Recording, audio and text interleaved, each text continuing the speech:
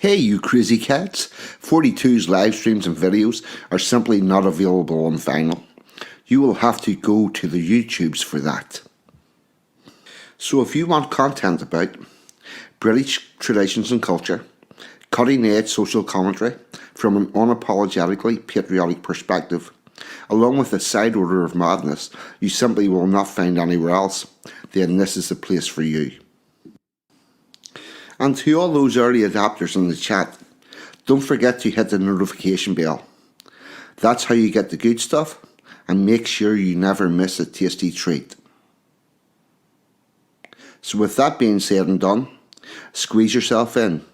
Let's get into it. You know you want to.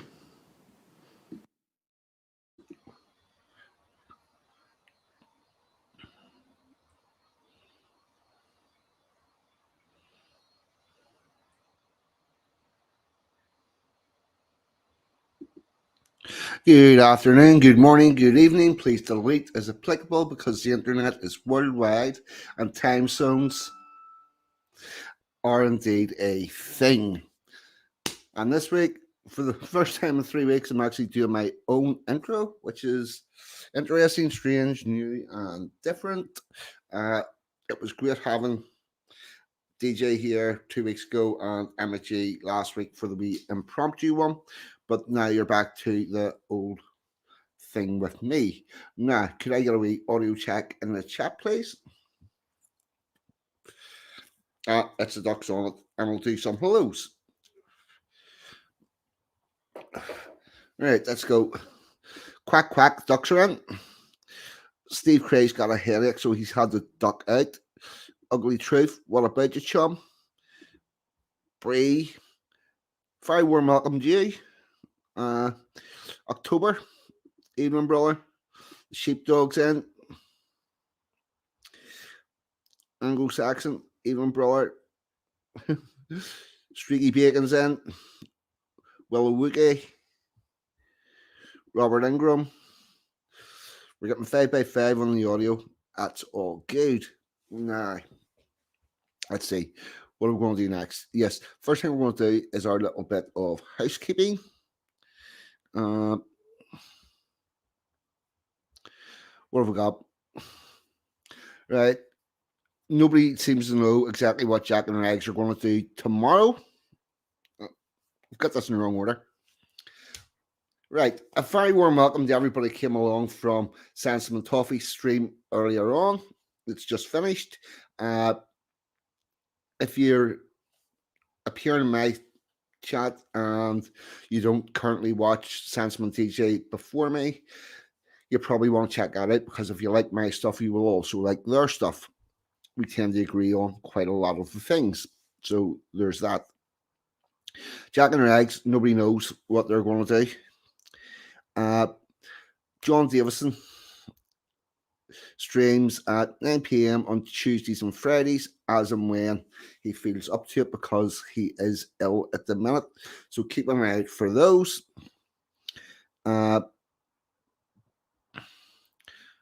This Friday, next Friday, obviously, the move is going to be a movie review stream where they will be reviewing the Christmas classic Die Hard. The other channel I want to give a shout out to is Dave's Waffle House and the Dave Empire. Well, thank you very much, Streaky Bacon. Thank you. It's a very nice comment. Yes, the Dave's Waffle House every night at 8:30, I believe. I keep on getting this fucking time wrong, but I'm in there most nights right enough. Dave's Waffle House, he does a good stream. It's just a bit of banter, a lot of crack with the chat, very light-hearted. If you want to get away from all the serious shit and have a bit of a laugh, that's the place to go do it.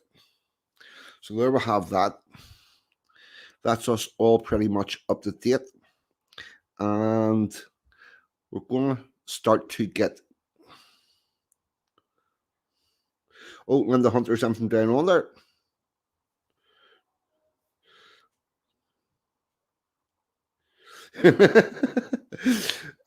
And the hunters in from down under just having their morning cup of tea. Yes, Steve Hurt. They're all gets. They're all gets, Steve. Don't worry about it. And Streaky's looking, a sheepdog's looking for a dessert. All right, I'm going to start to get into this. What I'm going to do is reading the seminal text that is pretty much the cornerstone of the gender studies courses. It was written by Sally Miller-Gearheart. There's no chance in. What about you, Sean? Glad to have you aboard. So we're going to do like 2 minutes, and I do mean 2 minutes. We're just going to have a very quick look at who Sally Miller-Gearheart was, because she is now residing in her very special place in hell. Oh, it's I'm not quite sure what you would describe it as.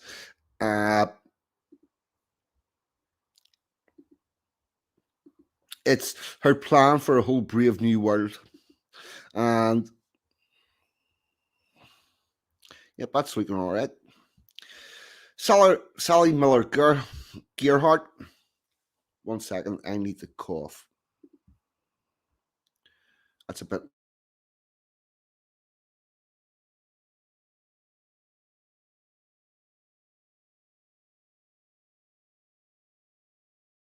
Right, here we go.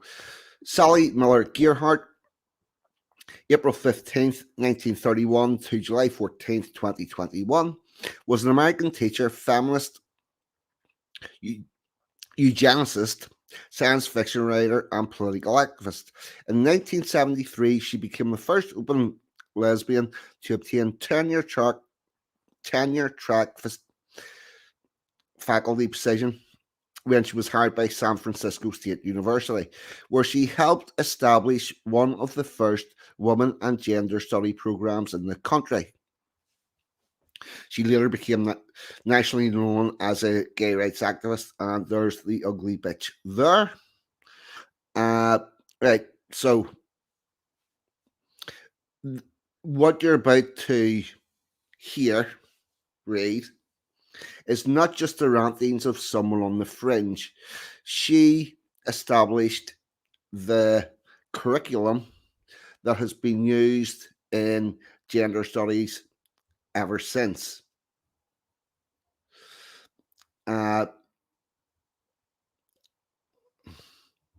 Oh, you're about to find out exactly how evil. And for those of you that were in Streakies and heard the bit of back and forth I had with Winstona, can't remember a second name, about Posey Parker and her stuff. She indeed is a radical feminist, always was a radical feminist, and as such, she not only read all this stuff in her university courses because it's in all of them, she's also on board with it. Now we'll get this to the correct size and let me know whenever this all starts to become when you start to see stuff that you notice from the real world. Good, with 23 people in. Oh, right on at the deep end. Sally Miller-Gearheart. The future, if there is one, is female. Page 1 of 19. Given in the perspective that nothing could be more extreme than the total destruction of our precious planet and all the life on it, a prospect which has crept into our psyches with little more than a shrug and a sigh, the proposal that affairs of the world be placed in the hands of non-patriarchal aligned women really isn't as extreme as it might first seem. So, what she's asking for is a total power grab by feminists. Most feminist activists accurately identify oppressive institutions and make demands for change or even call for revolution. We tend, however, to shy away from answering how we actually could bring into being an environment so changed that rape, slavery, and the spectre of nuclear annihilation would become mere nightmares of the past. And what is probably the most radical and concrete strategy for earthly survival presented in this knowledge, Miller-Gearheart provides a careful step by step justification in her three-part proposal. One, every culture must begin to affirm female future. Two, species responsible must be returned to every culture. Three, the proportion of men must be reduced to and maintained at approximately 10% of the human race. I believe we are at a great watershed in history, she writes here, and that we can hold our hands a fragile thread. No more than that, this can lead us to our survival. I understand the rising up of women in in this century and the human race's response to the threat of its own self-annihilation and the destruction of the planet. Sally is Now this is all forward because they're talking about her. I'm going to take a quick jump into the chat.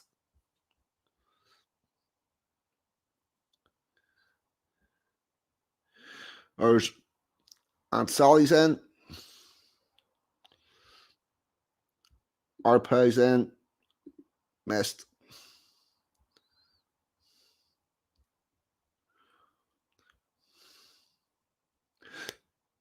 Give us some guitars would be a lot better.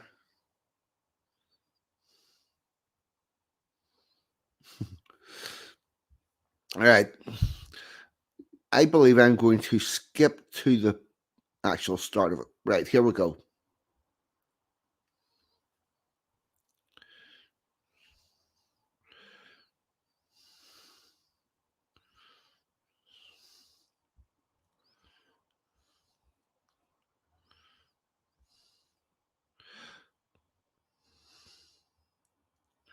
Right.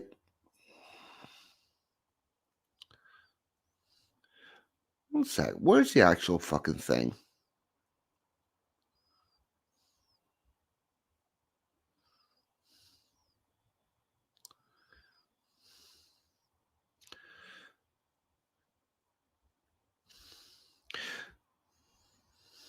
One second. This is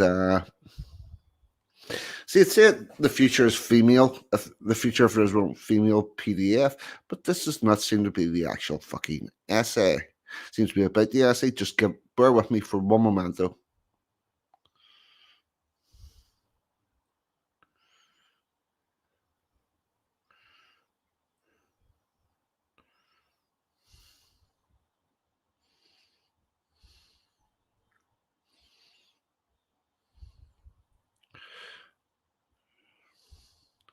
One second. Right. I know I'm going to give you a nice song. Oh, I wish the fuck it was.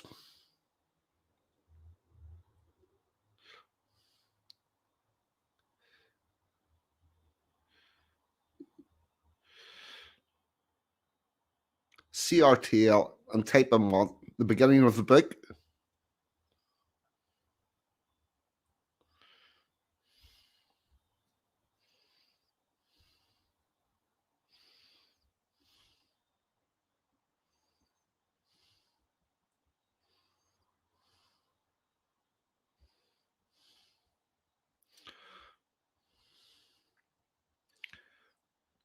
One second. Right.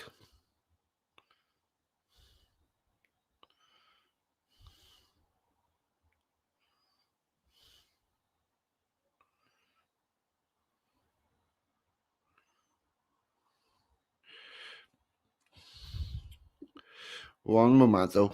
I think I'm going to give you a song for a moment. Uh,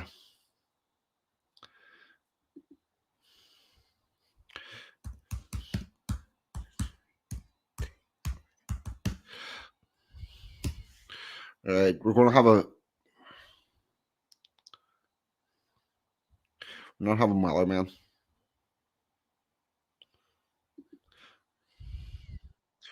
Oh, I've got to get past the fucking stupid advert thing now because YouTube has fucked us about with taking away all our ad blockers and shit. This is mad. I'm going to make a live decision momentarily whether I go with the thing of the book or see if I can get the actual proper text.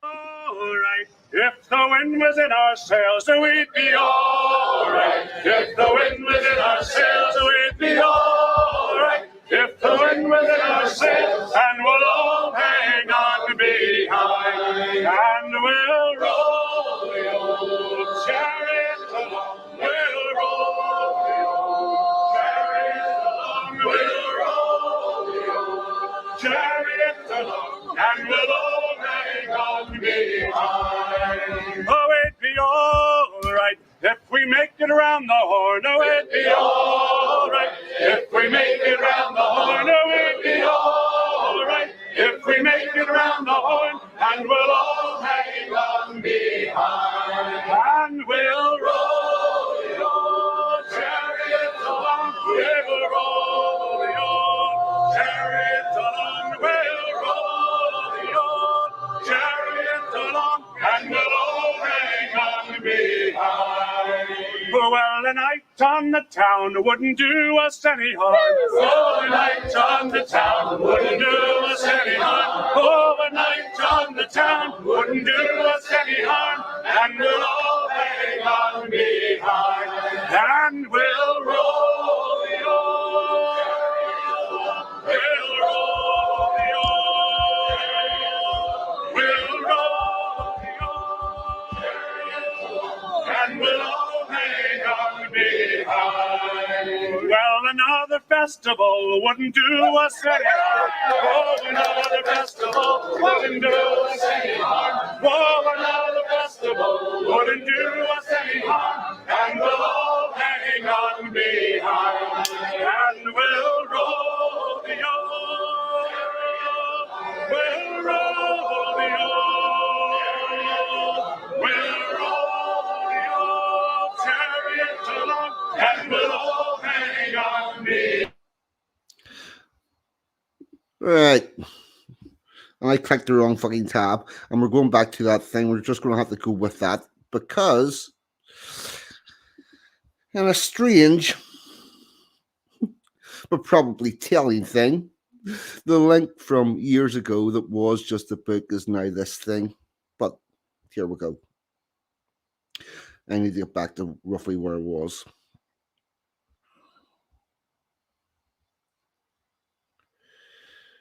Oh, fuck.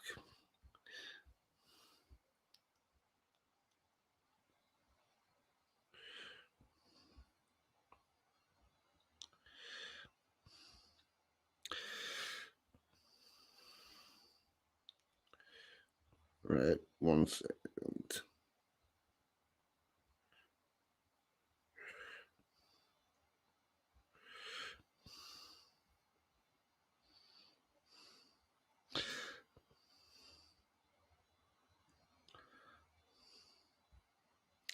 Right.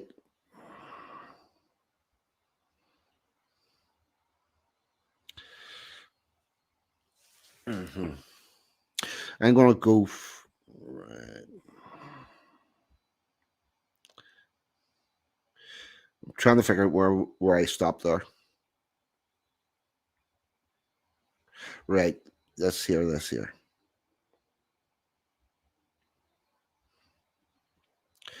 Most feminists accurately identify oppressive institutions and make demands for change or even call for revolution.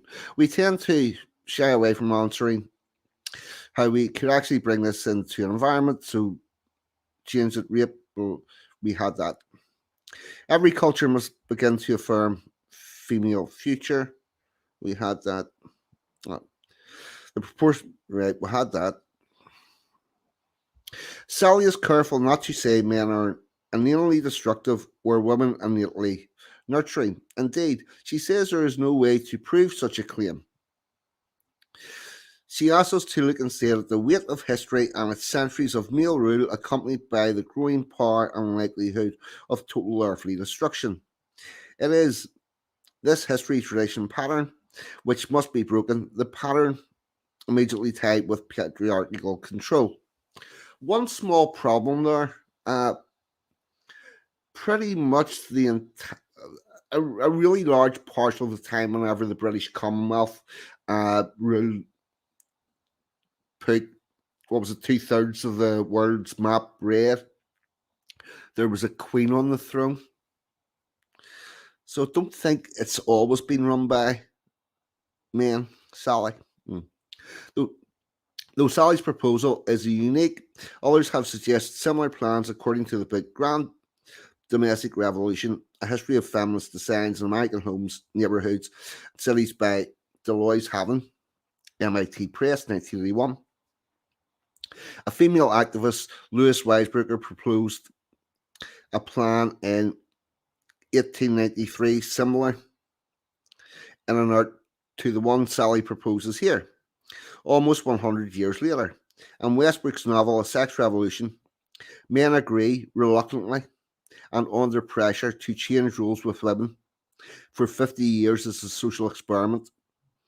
The women's concern in that book is that is to end all war. Barbara Sangford's Anthology on Being Female pocketbooks contains a reprint of the 1971 Chicago Daily News item, Let Women Rule the World, Ask Scientists, and quotes Dr. Peter A. Corning of the University of Colorado as saying, in an age where masculine virtues are becoming less adaptive for our survival, government by women might actually prove to be a superior adaptation in evolutionary terms. New French feminism, an anthology edited by Elaine Marx and Isabelle de Courtin, University of Mass Press, 1980, includes segments from Frances Dion's essay, Some French Stuff, Feminism or Death. Thus, a transfer of power is urgently needed, then, as soon as possible, a destruction of power. The transfer must be made from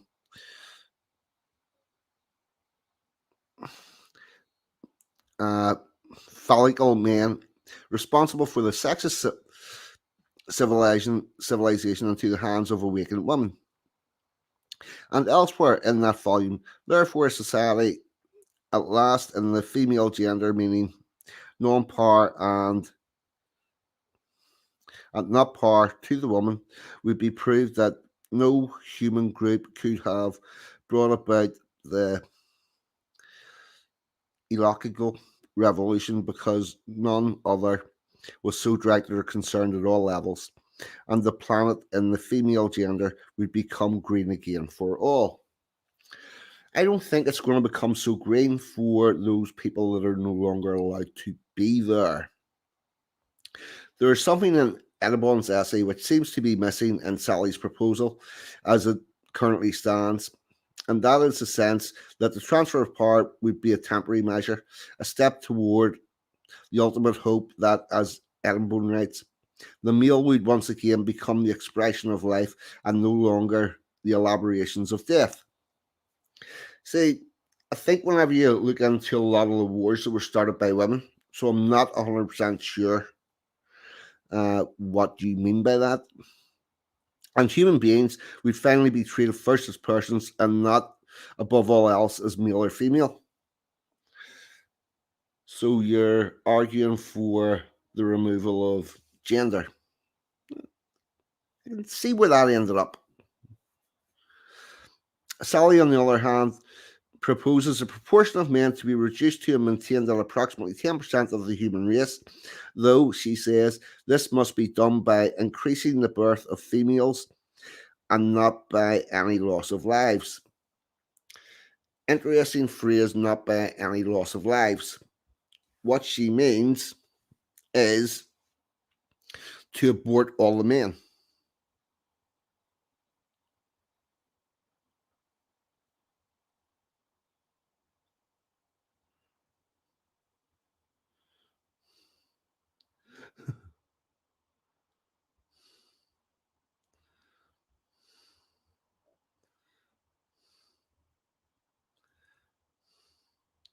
So I'm just checking through the comments.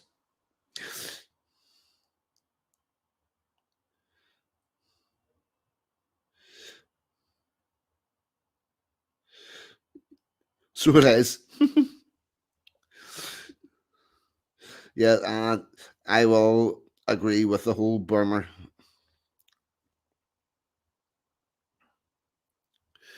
I will agree with the boomer thing. Still, it is a word maintained that disturbs even those of us otherwise intrigued by her proposal.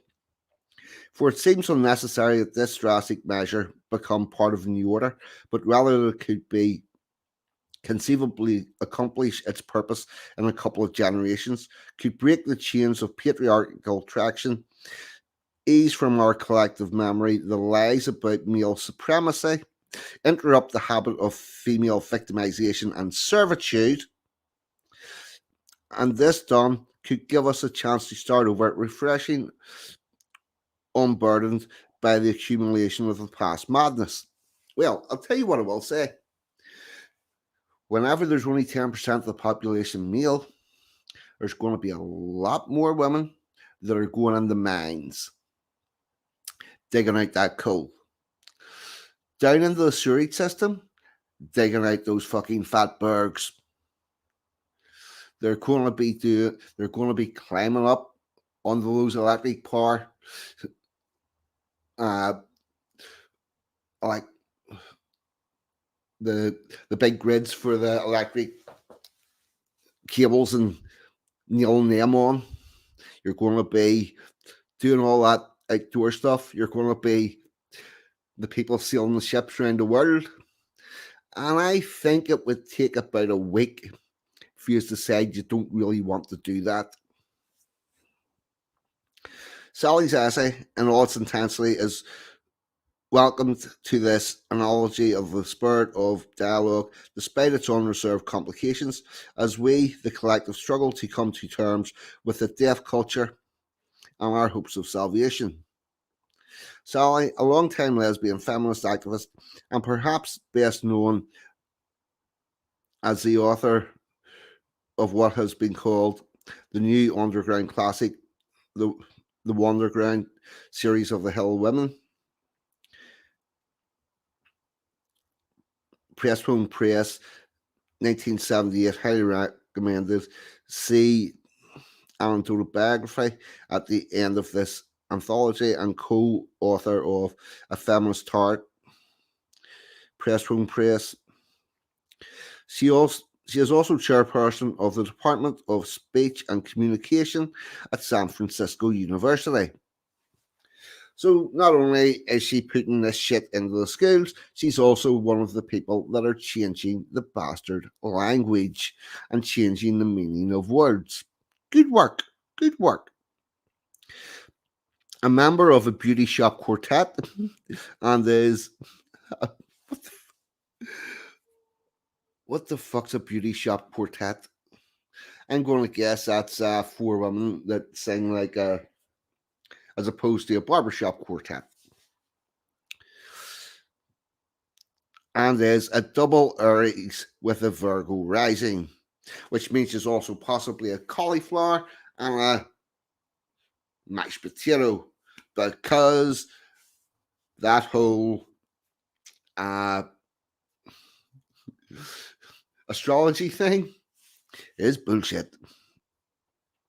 She's committed to criticism, self-criticism, anti-racist action, and animal liberation. Sally writes, I'm grateful for the dialogues with a number of women and for the written words of others. Baba Cooper, Jane Gecko, Sarah Hoagland, Pat Lambo, Alice Mulby, Julie Pineapple, over the last year, and members of a seminar in patriarchal rhetoric at San Francisco State University. I'm also grateful to women like Maya Caulfield, Jonah Ross, Barbara Smith, who continue to challenge and creatively criticize some of the ideas expressed in this paper. And a remarkable science fiction work, Good Rule Golden, Damon Knight wipes his violence from the face of the earth by having every agent feel in her own body any physical blow. He delivers a kick a dog and feel the boot in your own rib. Commit murder and die yourself. Similarly, stroking another in love results in physical feeling of being lovingly stroked. These people are fucking batshit crazy. Doris Lessing and Shuritska, her recent venture into science fiction, lays the destruction of the earth to the lack of a substance of we feeling. Great word. Both Knight and Lessing articulate for me the necessary connection between empathy and non-violence. They remind me that objectification is necessary, if not sufficient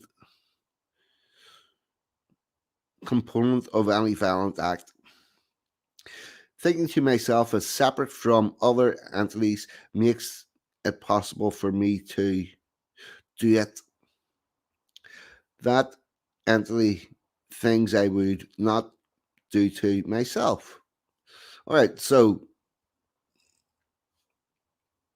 you've got this idea that you would do onto your enemies different than you do to yourself. That's groundbreaking. Groundbreaking.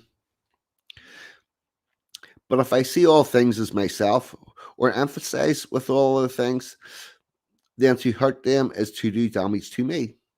I will move around this world with a lot less punishes and lots more care. I might adopt a more respectful, nurturing attitude towards the world, wishing all things health and longevity. Interesting question that raises. If you get an abortion, would you die?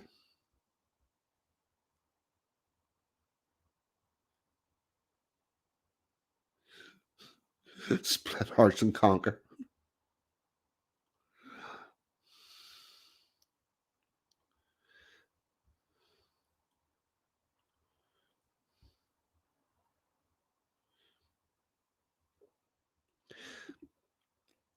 Mate, it's getting very hard to understand what the fuck she means. Uh, but like I say, this is gender studies.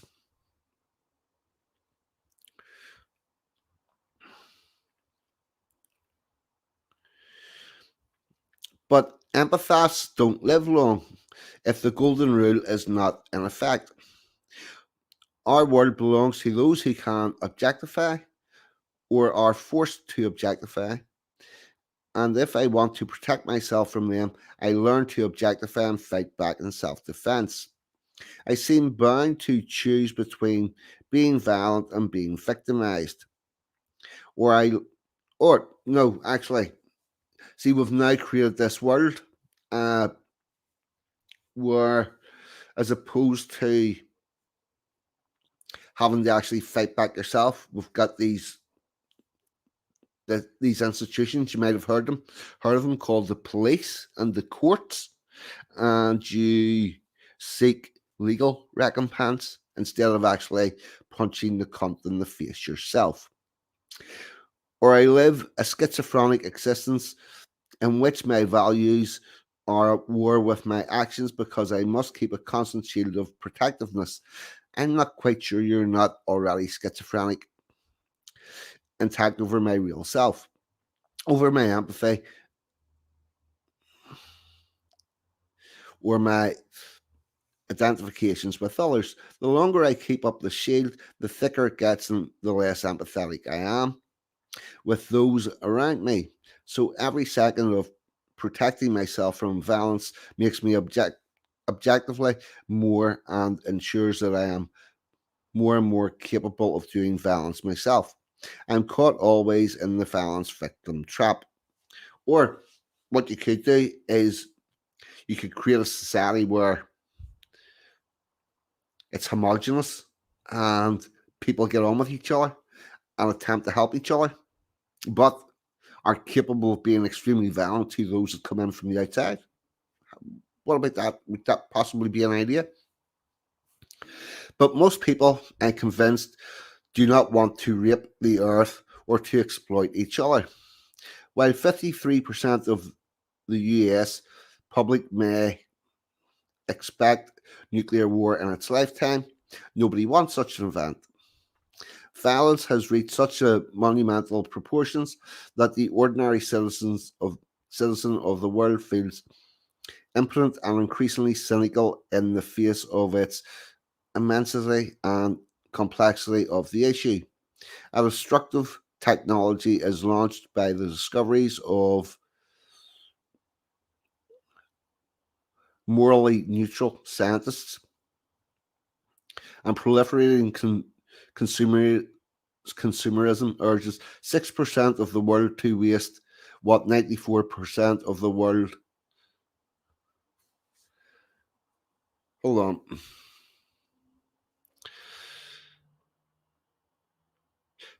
Proliferating consumers urges that 6% of the world to waste what 94% of the world starves in order to produce. I do not think 94% of the world at any time has starved.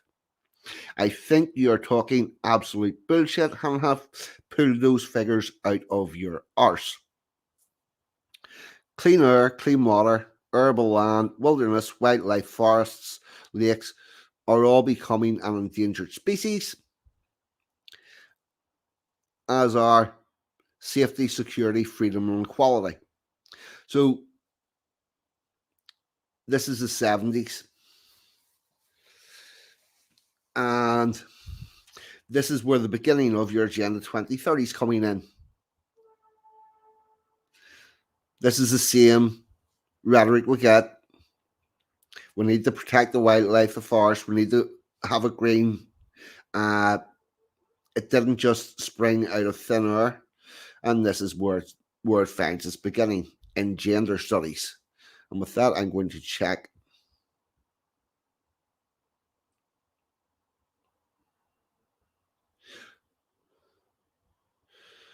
There's the puddle ducks in.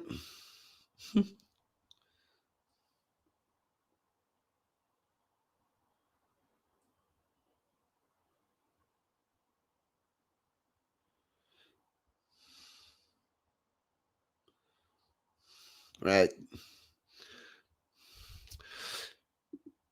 Here we go. As one scholar has expressed it, our global society is a train on a downhill grade accelerating at an increasingly rapid pace. There is no engineer, and we are laying the track in front of us as we go. We may not be able to stay ahead of ourselves, much less stop the train. There are three assumptions that I believe have led to the violence victim trap. The first two assumptions underlie the science and technology that have sprung from men. If it is possible, then it must be done. No, that's not true. Anything done in the service of mankind is praiseworthy, even necessary. Human knowledge as we know it these last 10,000 years has been the bringing into reality of the what is possible, including nuclear research, genetic engineering, uh, computerized living, and it has been an exercise in human chauvinism testified to by the death of millions of laboratory animals, dissociated continents, and polluted oceans. While the first two assumptions undertow knowledge, the third assumption underlies power, as men have used it over the millennia. 3. Might makes right. Actually, the crudest and most honest expression of the other two assumptions and the kind of justification for them, the stronger, weaker, has a greater possibility of subduing the weaker. If it is possible, he must be done, and the stronger is, of course, the crown of creation, who has domination over all other things. He must be served even to the destruction of the rest of the planet.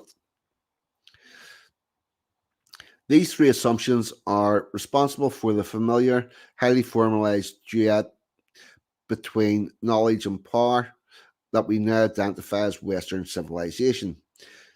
Put another way, malekind, interesting word, has seen the possible. He has consistently done the possible, and he has justified his acts as manifestations of his human superiority. He has made seem natural and right the use of force in human affairs. His assumptions have guaranteed us all of a strong, consistently proliferating civilization built upon objectification and violence. I don't think that's true because I don't think the roads are violent. I don't think plumbing is violence. I don't think bringing electricity to people is violence. I think there's a hell of a lot that we did to make life better for ourselves, and not just for the nature of violence. And therefore, I think you are full of shit. For me, the exercise of these assumptions on the part of male knowledge and male power is sufficient to indict the male of our species as the source of violence. In this paper, I want to say what I have carefully avoided saying for a long time, that if the world is to move away from the escalating violence that shapes all of our lives, then the affairs of the world and the human species specifically must be placed in the hands of women. I believe that we are at a great watershed in history and that we hold in our hands a fragile thread no more than we can lead us to our own survival. I understand the rising up of women in this century to be the human race's response to the threat to its own self-annihilation and the destruction of the planet. In small ways, big ways, it seems that the world's women do take back their responsibilities as life givers and sustainers. Even after decades of feminist research, we do not know for sure about the nature of female and male people. Whether or not the male is naturally violent, the female is naturally nurturant, and we are not likely, while sex roles still exist, to ascertain anything in this regard. This paper then presupposes that the last 10,000 years of global patriarchy has given us a vivid and grim idea of what happens when men are in charge. It further assumes that as a species in the global village, we have nothing to lose and everything to gain by reversing the present power circumstances and returning to women the fundamental responsibility for human affairs. But to say return affairs to women says too little, for the patriarchal system could continue quite well as run by patriarchal women. We need no. Actually, if it's being run by women, it would be a matriarchy. But far be it from me to correct your fucking grammar, Martin. We need the further understanding that the present system will not do. Even even matriarchies, class societies that they are will not do, and that not just any woman will do. Enslaved by male identification and years of practice within the system, as we are still are to one degree or another, the assumption must be that the present system monopoly of monopoly capitalism and patriarchy must be replaced, and that non-male identified women. How the fuck do you get a male identified woman? Must be the responsible ones. This calls for both action and education, for both a freeing of women from the structures of patriarchal law and custom, and an education of both women and men in the voluntary and fast changes that must take place. The call for action and education is not new to feminists, but the specific changes that I feel must happen may not be so familiar. So again, this is where we get the idea that we need to go and teach our fucking 3-year-olds a load of bullshit. At least 3 further requirements supplement the strategies of environmentalists. If we are to create and preserve a less violent world, every culture must begin to affirm female future. Species and responsibilities must be returned to women in every culture, and the proportion of men must be reduced to and maintained at approximately 10% of the human race. What does a female future mean? Firstly, all it means that the affirmation of all people characteristics historically associated with the female, specifically empathy, nurturance, and cooperation.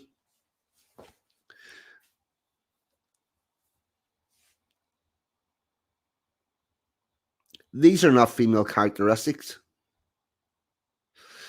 For example, let's consider Stonehenge. It was not women making those large stones upright and getting mantles on the top of them. That was men doing that. And I don't think that's possible without a high level of cooperation and trust. Because otherwise you'll have people crushed left, right, and centre. So there's cooperation for you. Nurturance. I'm going to guess that it's mainly the men do the hunting. Definitely the men go out in the sea do the fishing. Men do the farming. So providing food and stuff is also a male trait. Providing and empathy is both a male and female trait. For the present, leave aside the question of whether these qualities accrue to women by nature or by acculturation.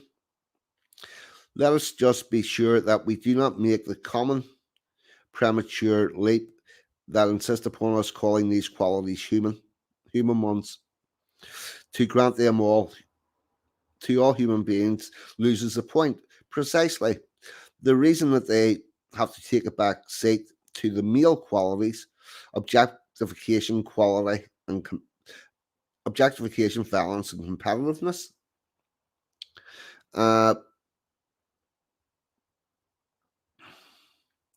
You see, whenever men cooperate, it looks like competition, and whenever women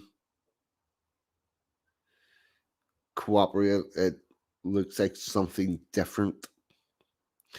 And all your frenemies and all that has to do with the fact that they are considered soft, weak, or womanlike.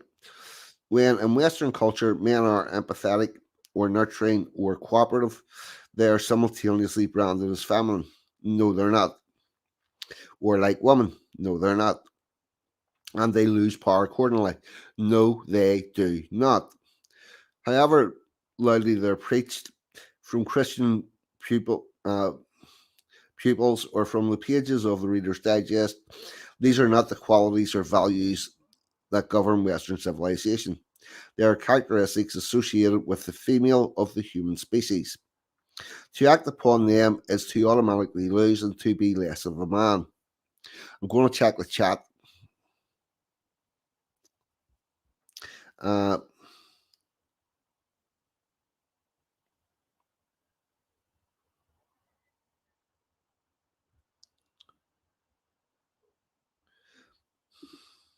no, they do not.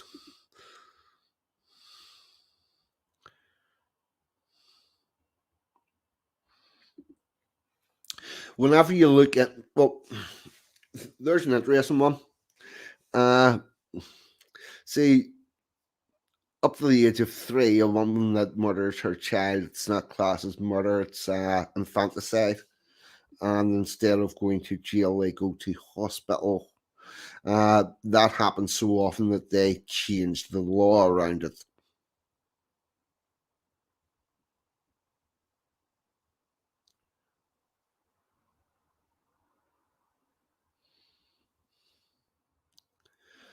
Right.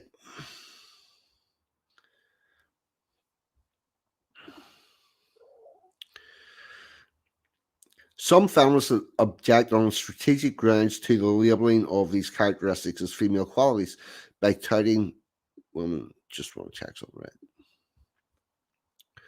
By touting women as less violent, less competitive, less objectifying than men, we give the support to the anti-feminist notion, best articulated in the 19th century, that women are too pure for politics. Oh, on a side note, Northern Ireland's executive, our government, is currently closed for business. It's the world record for being closed for business, and the longest time it was closed was whenever Diane Dodds and Michelle Pigface, can't remember her second name, O'Neill, uh, were the two people that should have been coming together to form a government. So there you go. Just bear that in mind. That they are by nature different from men and thus must be limited in their domestic domain. But if by believing that women are by nature less violent, we reinforce the sex roles that we have held that have held women down for so long, then perhaps it is time to dare to admit that some of the sexual mythology is in fact true, and to insist that the qualities attributed to women, specifically empathy, nurturance, and cooperativeness, not true, be affirmed as human qualities capable of cultivation by men, even if denied them by nature. That kind of flipping the coin can only be beneficial to insist that men become nurturing and empathetic. As the patriarchy has insisted for so long that women who enter its hierarchy become violent and competitive. Nowhere has that been. Do you know what? See if you just actually looked at the world as it actually is instead of as you prefer to see it, you would find that your talking points are bullshit. In a system that has deforested, strip mined, and deca- decapitated the earth to the point where population far exceeds the carrying capacity of the land. Oh, here we're into the reduce the population bit that we also have with the Agenda 2030, where nuclear stockpiles are sufficient to destroy the Earth 40 or 50 times over. An affirmation of such softer qualities or such flipping of the coin seems long overdue. Besides affirming female values, the female future requires that the whole concept of the hierarchy be challenged. Male power figures, and female power figures, we'd have to descend from the high places and acknowledge the travesty that their empowerment has been. In other words, the vertical system itself, which provides for the structure of the violence victim trap, would be replaced by horizontal patterns of relationships. Oh, horizontal power structures. Where did we hear about that? Black Lives Matter, anyone? If there were such revamped system, any supreme power, the power would be understood to be the tangible material Earth herself and her biosphere. And any relevance for her would take the form of respect and deliberate care rather than fear and abstinence. For that is the point, after all. The earth is ourselves. She is not out there giving orders or being worshipped. And the only divinity in the disconcerned about her has to do with our recognition of the energy we share with her and the others. The earth would not be conquered, tamed, raped in the service of greed. She would rather be related to and cared for in the service of all those who live together with her. The most important female future means that femaleness itself, being female, would be understood everywhere to be positive, joy, and joyful. Women would affirm themselves with other women. Women would be affirmed by men and by children, much as males are affirmed in our present society. You fucking please tell me where men are affirmed. It doesn't happen. Didn't happen whenever this was written. It doesn't happen today. Hasn't been done. Men haven't been affirmed. The deeds they have done have been affirmed. As a workhorse, they're sort of valued, but they have never been affirmed. More importantly, the female would be acknowledged as primary, as the source of all life. The female encompasses the male, can exist without the male, can in a number of species, perhaps including the human one, reproduce without the male. I'd love to know how you're going to do that trick. How much sperm are you going to freeze? Because you're going to need it. The universal acknowledgement of these capabilities is I don't know what that French is, of the female-based society. The present unspoken acknowledgement of these female capabilities has been the motivation for the patriarchy's desperate, widespread, and violent dedication to female slavery. You believe in every society, females have been protected and provided for because they are necessary. And it has been the males who have taken the risks in order to make the place safe for them. Females are not now and never have been held in servitude. You lying, lying bastard. Let us be clear here. The primacy of the female does not mean that men would crawl away and expire.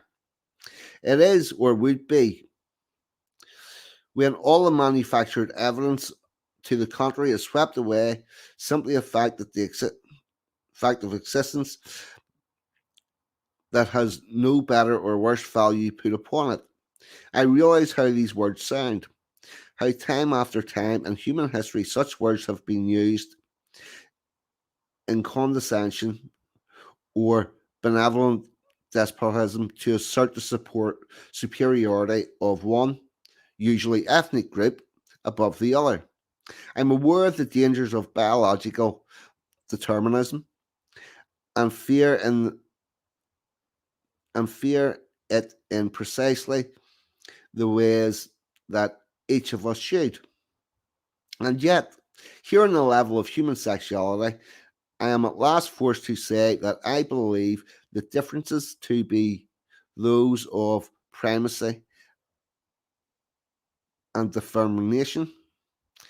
The most fundamental difference between members of the human race, precisely because of the difference is so fundamental that there is no analogy available to demonstrate how the acknowledgement of female primacy would be qualitatively different from the fascist demand that people of colour acknowledge the primacy of Caucasians.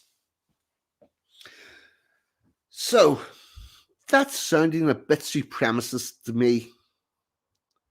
I'm going to check the chat.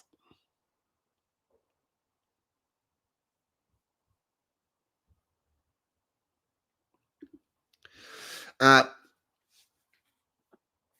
Sally Miller-Gearheart, who also wrote the uh, basically formed a curriculum for gender studies. Whenever you hear people talking about doing gender studies, this is the shit that they're reading. This is the very core of it.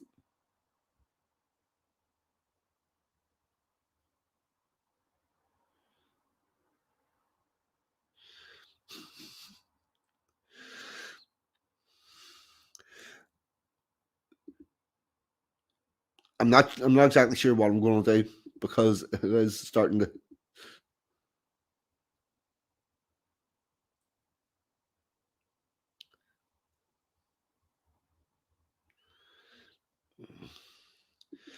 Nah, don't think so.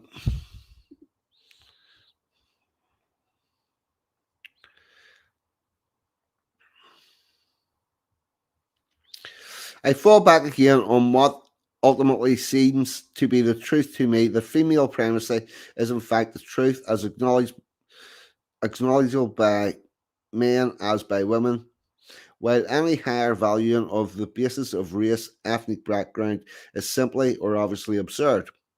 Further, my belief is that the very nature of the female would preclude her use of the kind of hierarchical power displays that accompanies the usual use of biology as a social weapon, both by whites who hold down people of color and by men who hold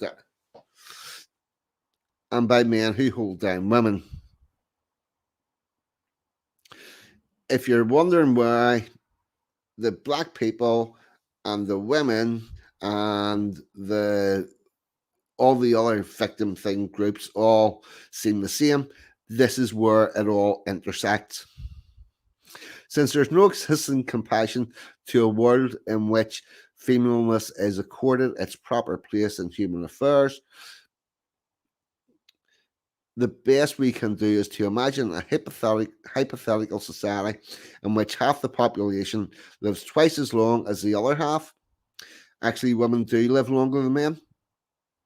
Say 100 years and 50 years, that difference between them, recognized at birth, is a fundamental and immutable one that shapes the self image of the social spirit of every person in the community. The portion of the population destined to live longer has an investment in the long range view of the overall good of the group. It does not seem far fetched or unjust to me that the monitoring of the community's survival should fall to the longer lived people, nor does it seem incomprehensible to me that the shorter lived group could acknowledge that reality of existence without hostility. The very fact of having double the number of years to live significantly alters the manner in which the longer lived group looks at life and its relationship to the environment. Women who, by their physical nature, bear a different relationship to children than do men, and who, I believe, feel more connected and empathetic with the environment than men, have demonstrated that they do see life and the role of the human species through experiences and sensitivities that men can process only second hand. You're basically saying that men are less than human. Historically, they have not objectified quite as readily, and they have exhibited a more group-orientated and less violent attitude towards human beings and the world in which we live than men have done. I would expect then that, in the view of evidence, men are, are, are capable, without defensiveness, of acknowledging the female nature of the species and the male's role of a subsidiary. Right, 1 second. How long have I done? I've done an hour of this crap. Right. I'm going to shut that shit down. I'm going to stick the invite in. If anybody wants to come in for a chat, feel free to do that.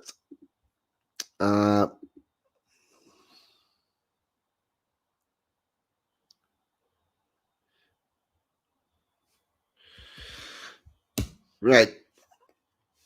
So, to recap on why I did this, although it's been quite painful, this is your actual gender studies.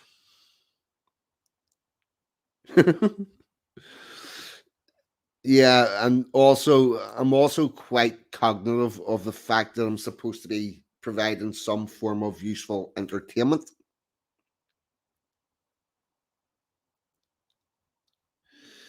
Right. The reason why I wanted to do this was to show what someone who was the founder of this lunacy that we call feminism, who is responsible for getting it into schools, forming the curriculum, and what they actually think, believe, and what they say behind closed doors in the bits that we generally do not see or read. Sanson, what about you, chum? Hello, mate. Merry Christmas to everybody in the chat. Hope you're doing well, and thank you to yourself, mate, for popping on earlier on in the Christmas stream. It is appreciated. Oh, absolute pleasure, mate. DJ is going to come on as well. Would you? As we was saying, what I wanted to do was let people begin to understand. See, whenever you're seeing the stuff that's now reaching that DJ Go and No Chance was talking about of what's going into kids' schools. Yeah. That didn't just arrive. No. That's been worked at from the fucking 70s. There were direct lines from these feminist tracks all the way through to now, to what you see now. And like I say, when we did our stream, we were talking, we covered a little bit about, and I think you saw that as well, where I think it was Winstoner Smith was on about Posey Parker, but you know, a lot of people, just because Posey Parker's sort of become a big name, particularly now in reference to the trans stuff.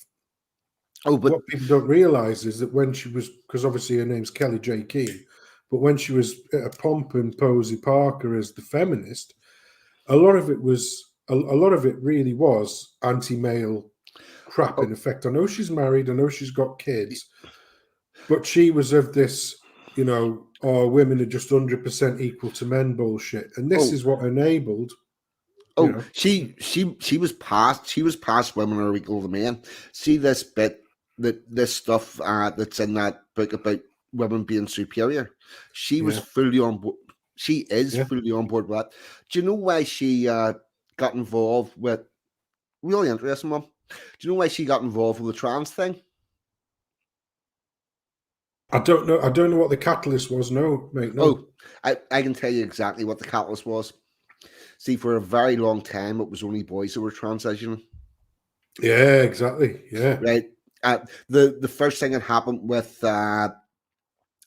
Johns Hopkins University, where the got a child who was a twin who had a very, very badly botched circumcision. They took half the penis off. Johns Hopkins said, "Go ahead, just take the rest of it off. Raise it as a boy; it'll be all good." And that's where they based their blank slate thing from. Now, they were only trans and boys until around about 6 years ago. And about 6 years ago, there were, in order, what happened was it was all very targeted at boys, generally boys with icebergs or something similar to that. Now, for whatever reason, the number of girls with icebergs or autism has went up, and the people who were looking more people into the system for getting them transitioned went, oh fuck, we're only using half of what we could, and started trying to transition girls. And that's whenever Posey got involved. She was 100% fine with it, while it was just boys.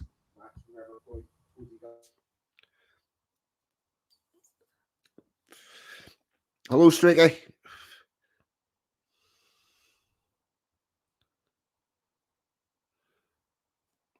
I think he's just muting his YouTube. Yeah.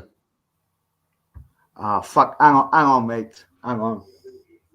I got a problem. I'll come back in a minute.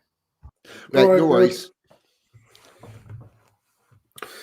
Yeah, and the other thing is as well is that when they decided that, in fairness, when you look at, because it's just a money in many different ways, you know, it's a very dysgenic process to sort of demonize society, but they can also make a hell of a lot of money by demonizing society, like the societal norms.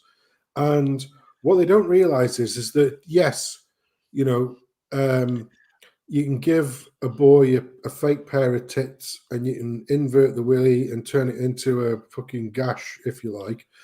But that pales into comparison when you try to transition a lady, a woman, into a man, because there are far more.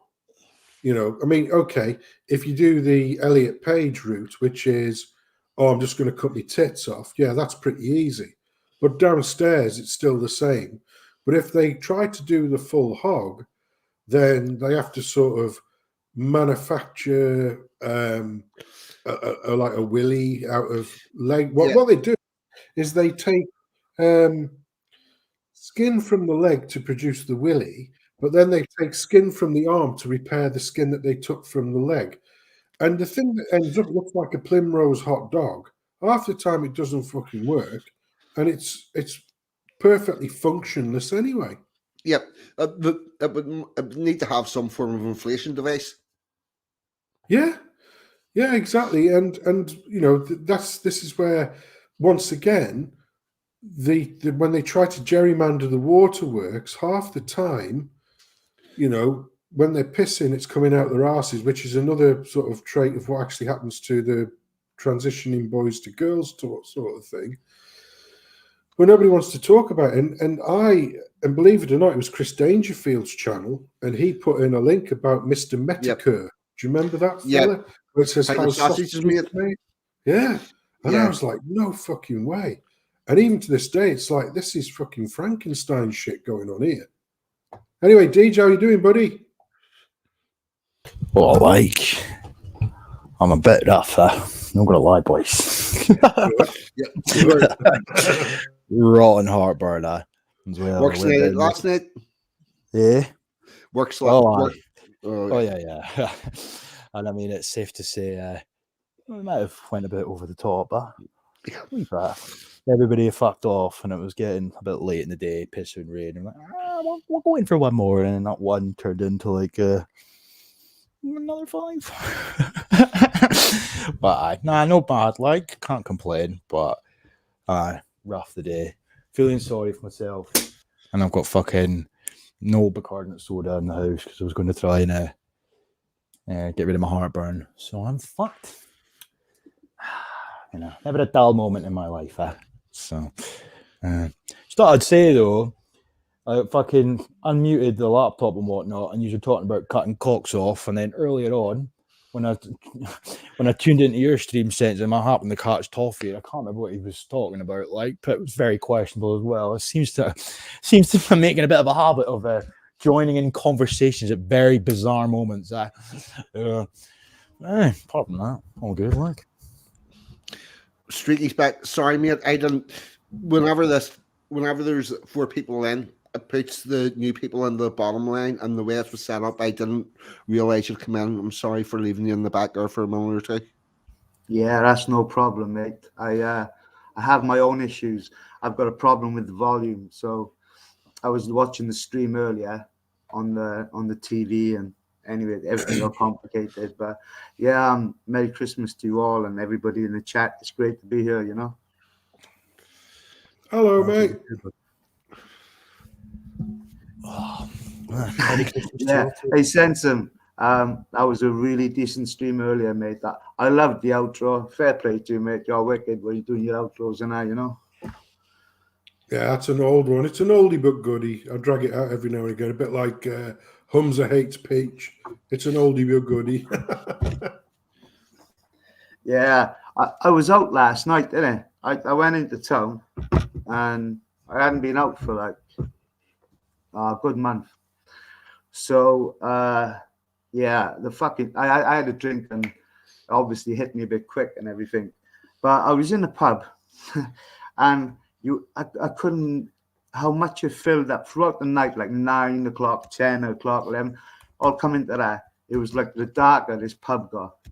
And it was just infiltrated with like immigrants, yeah. I just had to leave. It's yeah, I was pretty fucking shit, like. But sorry, that's all I got to say. Oh, listen, did anyone see Banksy, that lefty twat, and he got his work stolen in Southwark today by a couple of immigrants? Oh, after about half an hour. That was was only up. sweet. Oh, that was sweet. The irony of it, yeah, you know. Yeah. So yeah, hey, listen, crack on. That's all I gotta say. I'll just be in the background like Vincent Griffin. But be sure if Simon Sideways comes on, I'll be asking him for a. Sorry, do you need anybody to give you a blowjob? We think you're brilliant. I will be there, boys. Don't worry about that. Yeah, Streaky's our fluffer for the Rev. Yeah, we've got Streaky to fluff You the know it, Rev. bruv, you know There it. you go. I actually don't know why people are getting uptight about him coming on. He come on and fucking same as anybody else, to be totally honest with you. And I get that he does have quite a large following, but I speak to anybody, me. I've already see, the said other that. thing as well that I don't get about all this, like I heard a few remarks like, "Oh, yeah, he's getting there, boys." Like the guy came out because I remember sharing it on my Telegram. The guy came out in like fucking June. Call it like the title of his video was he was a white activist. I mean, I don't really know how much more he has to do in order to prove that he's on our side. Like if he's prepared to put his face out there and fucking title his video that, really, you know, like he doesn't. There's not really much more that he needs to do in that regard. I don't know if the video's on YouTube, but that's what it was titled. I'm a white activist. That's what it was called, man. I also don't think that there's very many people that have views similar to ours that got them all fully formed in the one bastard day. You know, no, listen. To be honest, Simon Sideways, I've watched a lot of him years ago, but when he was Sivnat and everything, well, he's still Sivnat, but in respect to him, he held a debate between Laura Towler and that tosser Ricky Dooley. Oh, I remember that. and he done a good job. I'll say that, like, for him, and I think he knows he can't go too far, because if he's going to crack it on YouTube, he can't be talking about the Jays too much, you know. But still, but as far as Sivnat stuff, I don't know if he still is, like, purely because mate, he's Sivnat. The title of that video, though, I mean, it's not the sort of thing you're going to hear fucking Sargon talk about. I'm a white activist, right? You know. I'll tell you what. The I'll tell you positive what. thing is it's all turning towards the right, you know. So he's not Mhm. kicking against the right, and they're all coming around to the right as. So I'll tell you what. that's a positive thing. Seeing Sunat's come round to the right at I'll last. tell you what I do. No, he gave me a nice shout out on the stream, and I gained about 100 subscribers. And Rags, he did Rags as well, but He did right. Yeah, fair play, 42. Fair play, mate. Yeah. Rags went up by about 300, but then Rags is moderator on that many channels, so I think a lot of people recognize his name. Look, all I will say and the fact he is posts his link every 4 minutes, you know. That Yeah, might have yes, something to do with that. yes. all I will say is this, right? Is I think that I think in spirit and in art, his art's probably in the right place. Now, he has been a bodyguard for Mr. Robinson, who was on my stream earlier on, obviously, because you know. If you saw that, what a great impression that was. Anyway, and also for Sargon of Akkad and all that lot. But all I would say is, whether intentional or not, and I'm always willing to give people the benefit of the doubt, what I will say is, after October the 7th, and when a certain group didn't get shit all their own way, like what they were expecting, lots and lots of various voices sort of came out of the woodwork and started getting, their Twitters re-enabled, and all of a sudden we're rejoining YouTube with media channels and things of that nature. Now, the Simon Sideways has always been a constant, but what I will say is this: whether he knows it or not, or whether it was intentional or not, and I think, like I say, his art's probably in the right place, but on one of those streams, and he was talking about, I tell you what we ought to do is get together and have a pint in IRL, all that stuff, which is great. But irrespective of if he is, I don't think it was. I don't think it was 100% serious whenever he was saying that. I think he Yeah, was saying well- it, and I think he was saying in an ideal world he would like to do something like that, but we'll understand it's not really possible.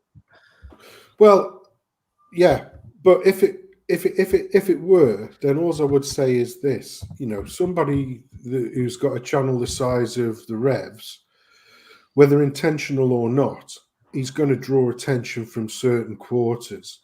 So you will automatically be a magnet for bad actors if ever there was a venue specified or whatever, which is why, you know, the likes of PA have to be very secretive about where they do their meetups, etc., because of that fear of being infiltrated, which they have been, you know. And at the end of the day, what does PA say or do, you know, that's you know, completely and utterly out there? Because they automatically say one of the prerequisites that they've all said is, we will not tolerate this kind of behavior or these kind of activities, which is completely and utterly right. However, that doesn't stop bad actors like Hopeless Hate and all these other fuckers from infiltrating and trying to get people, ordinary people who have genuine concerns about the way things are going and who have a genuine axe to grind against the regime, from automatically then being, you know, doxed and yeeted when they have no involvement outside of perhaps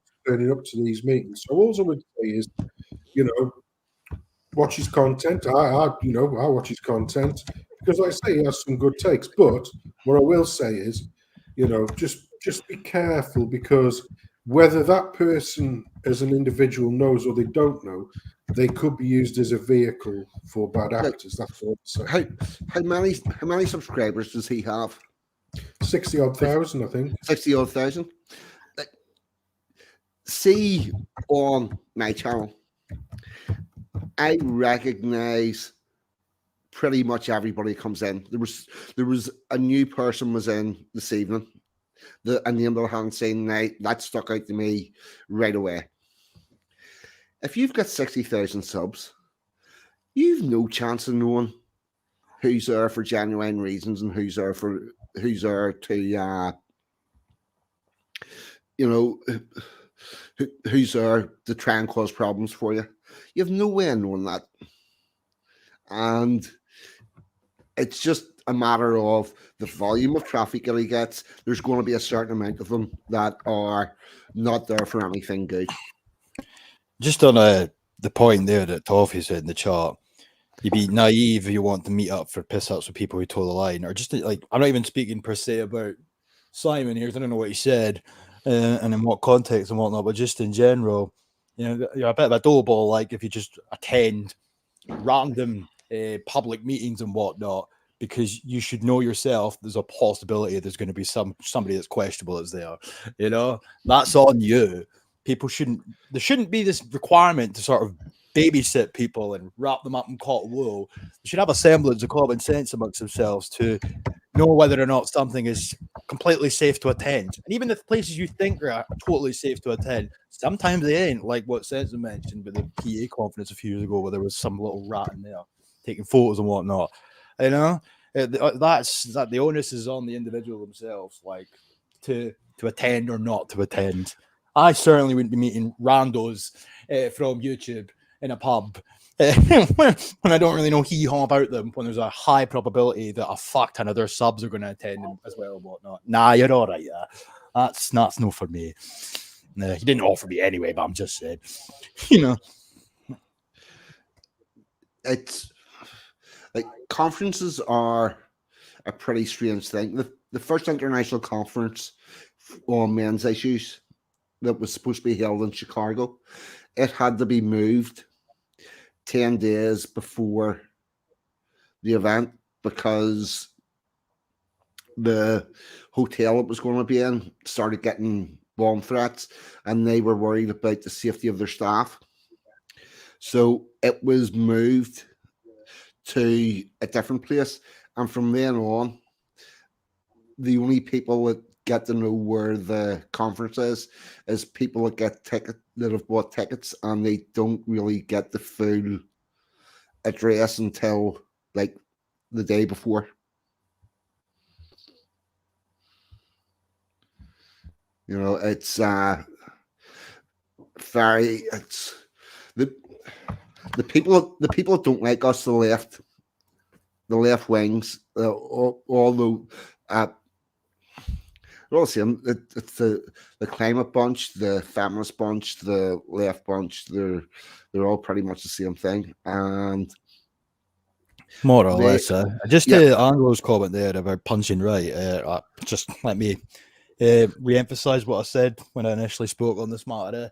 As far as I'm concerned, there's nothing entirely questionable about the dude in general. I don't know if the video's still on his channel, but it was there in like June, and it was the title of the video was "I'm a white activist now." That was more or less what it was, and he lost quite a lot of fucking subs for it.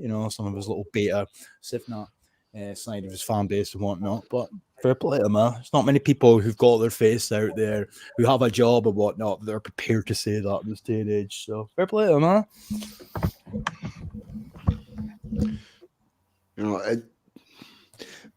Organizing conferences and stuff like that is very, very dodgy. It's not dodgy, it's difficult, and it's been made unnaturally difficult because of the mentality of the people who don't like us. I was at the PA conference a couple of years ago when Antifa heard about it when we were up north, and it made a bit of a problem. But the conference it still went ahead, I enjoyed it, the conferences and real life meetups. But yeah, it's always them stinking fucking lefties have to self-hating lefties having to cause stress and but meeting in real life and that is great. And the people like you see over the years, like you recognize the same people, and there's always new people to talk and what's going on here and there. But yes, I enjoy the conferences, to be honest. Aye. I mean, I've attended one myself. I can't remember what year that was now, 2 years ago or something. And it was good to be able to just speak.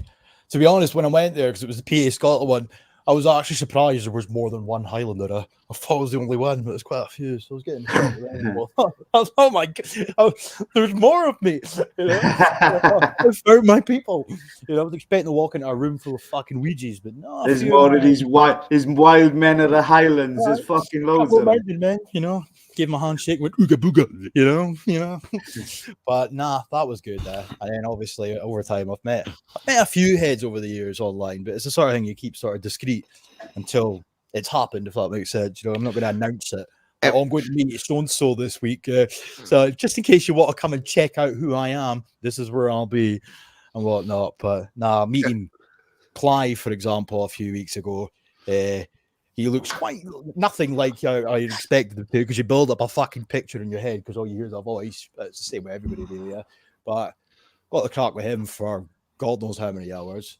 He's a lot more fucking based than you would ever have thought, by the way. Just saying.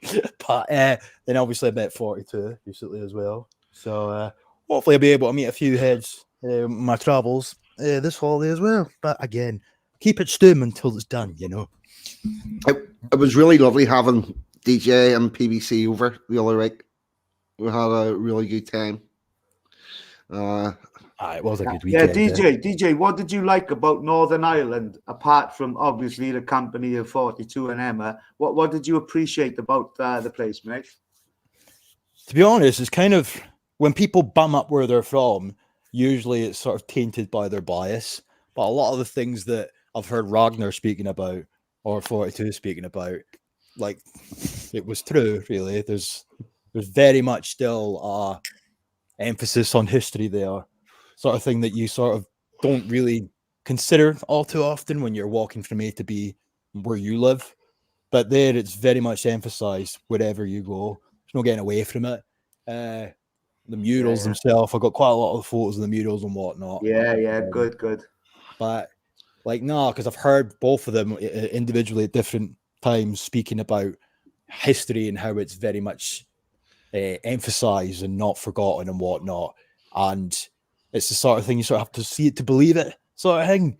You know, you only ever really see things like that here, at like Remembrance Sunday or whatever. You'll see poppies and whatnot, but no, it's like all year round there. Like, you remember where you came from, and I think that's something that we lack nowadays, huh?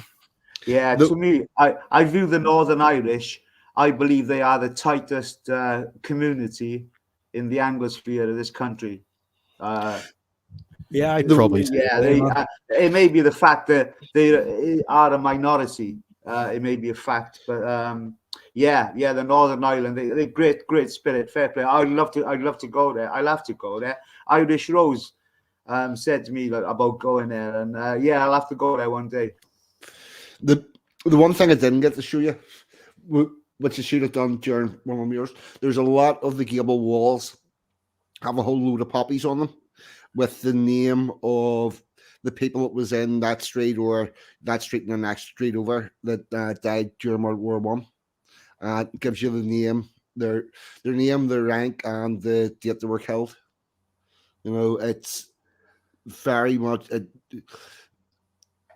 there's a big emphasis on remembering where our country came from, why it's there. You know, I think we do have that up here in the Highlands as well, though, but probably to a lesser extent. So obviously, especially back then, the Highlands, it still is by and large, but built up by little villages and little towns. So each and every individual village, a little town that you drive into, that you'll see a statue, and it's got all the names of the men who died, and there's always poppies and whatnot there, wreaths, etc. But because these towns were so small, or these villages were so small, you know, so there might be like 5 or 6 names, but the fact that they're there to this day, they're still maintained and whatnot. Yeah. And that's sorry, I'm not saying they're not down the road, but I don't recall ever seeing them in Edinburgh, Glasgow. You know. Yeah. And how could there be? You can't have a mural with every name. Fucking massive, you know. But the other thing is your wee trip around Belfast and across the peace line. Oh, was this when we got from the Shankill on the falls? That was a great way to wake me up. Yeah. Yeah, stop to take a photo of one of the murals, and some prick, because it was pissing with rain, some prick drove past and went in a puddle. But when I say a puddle, it was more like a 5-foot tsunami, like Yeah. completely drenched head to toe. Mrs. got drenched head to toe. 42 got drenched head to toe. Yeah. And the Can't worst be is, too sure he didn't do that on purpose because of what we were taking a photo of. Arguably, jury's out on that one, but yeah, regardless, he's a prick. the worst of it was our backs were to it, so we didn't even see it coming. It was just No. fucking, yeah. I heard that whoosh, I'm like, oh fuck. Oh, it certainly woke me up, I'm kidding, no, but yeah, no. Apart from that, fair play to the way, because given the fact the weather was shite, you still managed to give us a pretty decent wee tour. Yeah. So fair play to you for that. I see Woodlander is in the chat. He said that he missed an earlier stream, but he was obviously streaming with Millennial. So I'm looking forward to listening to Woodlander later. And I just want to thank him for all his good work he's done with the site the initiative. A big congratulations for hitting the 100,000K mark on the Woodlander initiative. Fair play, mate. God bless you. Oh, the Woodlander gets a bit of a shout out, and the next song I'm doing with Al Mac and Justice Kane. There's a teaser for you. Ooh. Yeah, I've got the finished video back, the finished song back. I'm starting to do the video, and I've not a lot to do Boxing Day or the day after, so I hope they get that done sort of then. It's quite the catchy, weird wee tune. And again, I got to give credit to the guy. I can't remember his name. Mark guy. Credit to him. He's quite talented. It's quite a catchy wee tune. So I do think it's better than your first one. But a good part of the reason for that is obviously your man's very, very, very good in making his wee backing tracks and whatnot, and that's half the battle when you're writing stuff. So. Yeah, it is. It's very good. I like this one. It's different from the other two. It's a bit more. There's more of a beat to it, and it's a bit. It's about the Great Reset and all that sort of stuff, but there is a bit of humor to it. And Martin W, just on a side note, asked, "Why is Clive called Clive?" I don't know if I want to unveil some of the secrets from our inner circle, Martin. I'm going to be honest with you right now. I'm not entirely sure if that's a need-to-know basis or whether or not you're in a position to be deserving of that knowledge. The reason I'm stalling is because it's pretty anticlimactic, to be honest. To be fucking honest. But basically, and it's stuck for years now. We were all in a Telegram voice chat one night, and I was fucking blazing, as a typical Scot. What else? And Clive kept interrupting me, and I don't know why I did it, but I interrupted him and told him to shut up, and I called him Clive. I was like, "Shut up, Clive!" I kept calling him Clive, and everybody thought it was funny.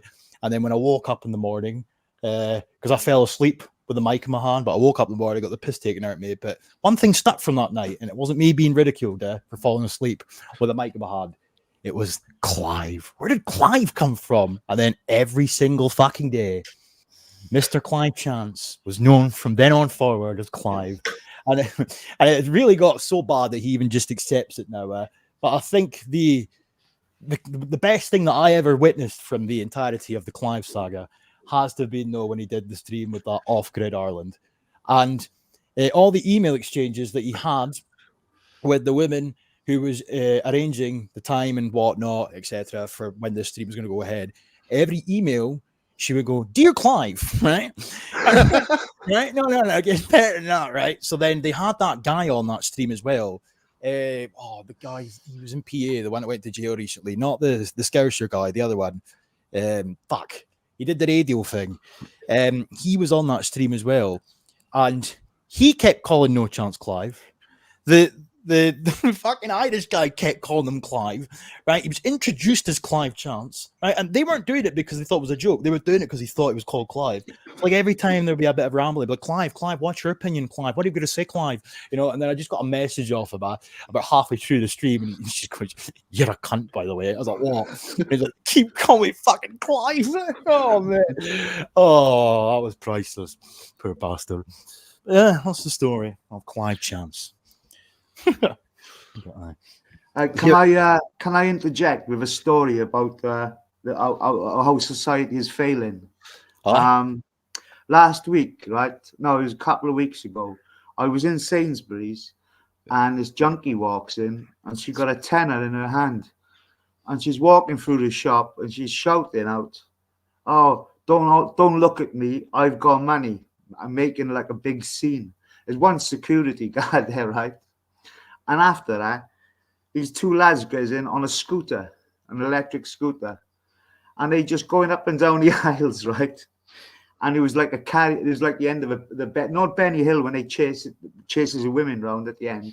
It was like this, man. There was a security guard and the staff, and they were chasing around these kids on a fucking scooter. And people were trying to watch out for the junkie. And in between, I was watching, thinking how society is failing. I fucking lifted a pack of minced beef, and a couple of air fresheners in my pockets and walked out. And this is just an example of how society has gone. Like, I just wanted to interject with that.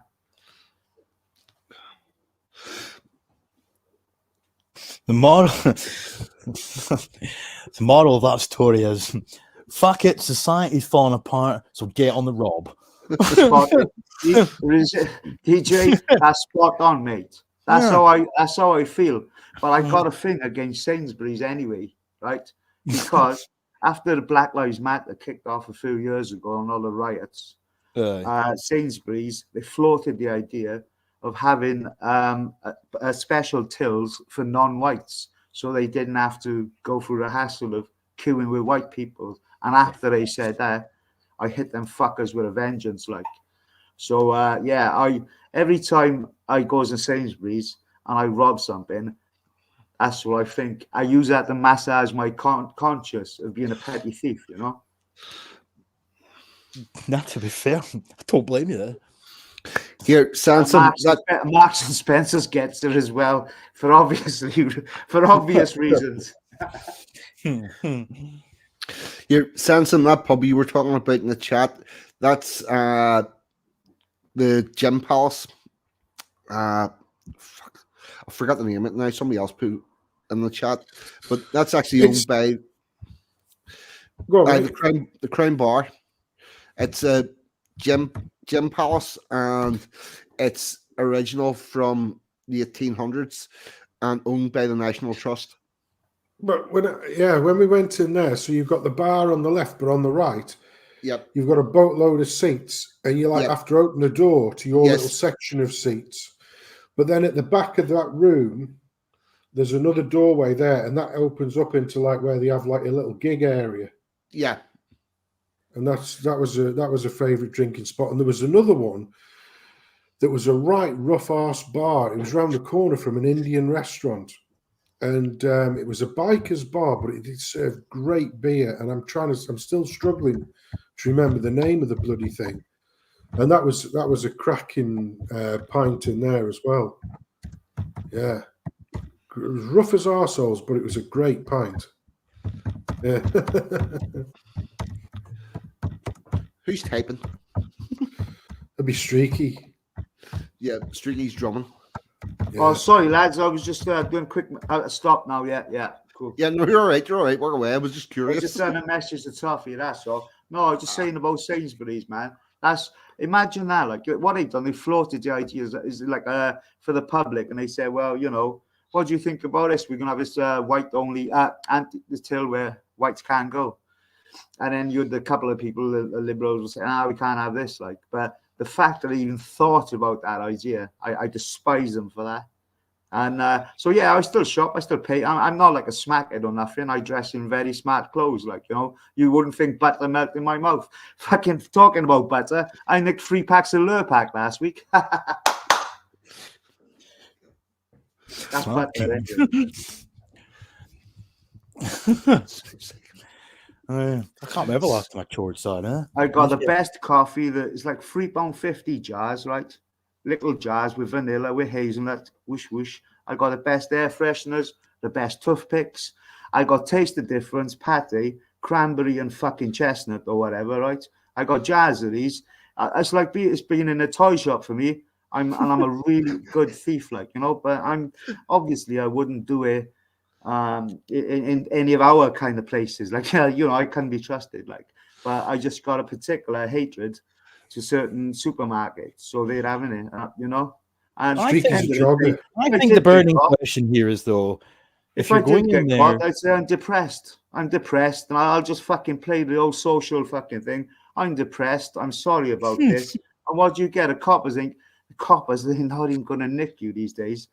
After 150 quid worth of stuff, you know. So yeah, if the society identifies as a jogger, I'm jumping on the same bandwagon. I want to accelerate the misery of our society till it revolts.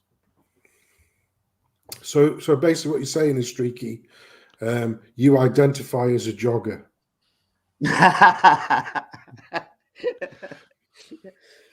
That's right, Sensen. I identify as a jogger, but like I'm a nice jogger in real life, you know, and I'm not tight or nothing like that, and I don't mug people.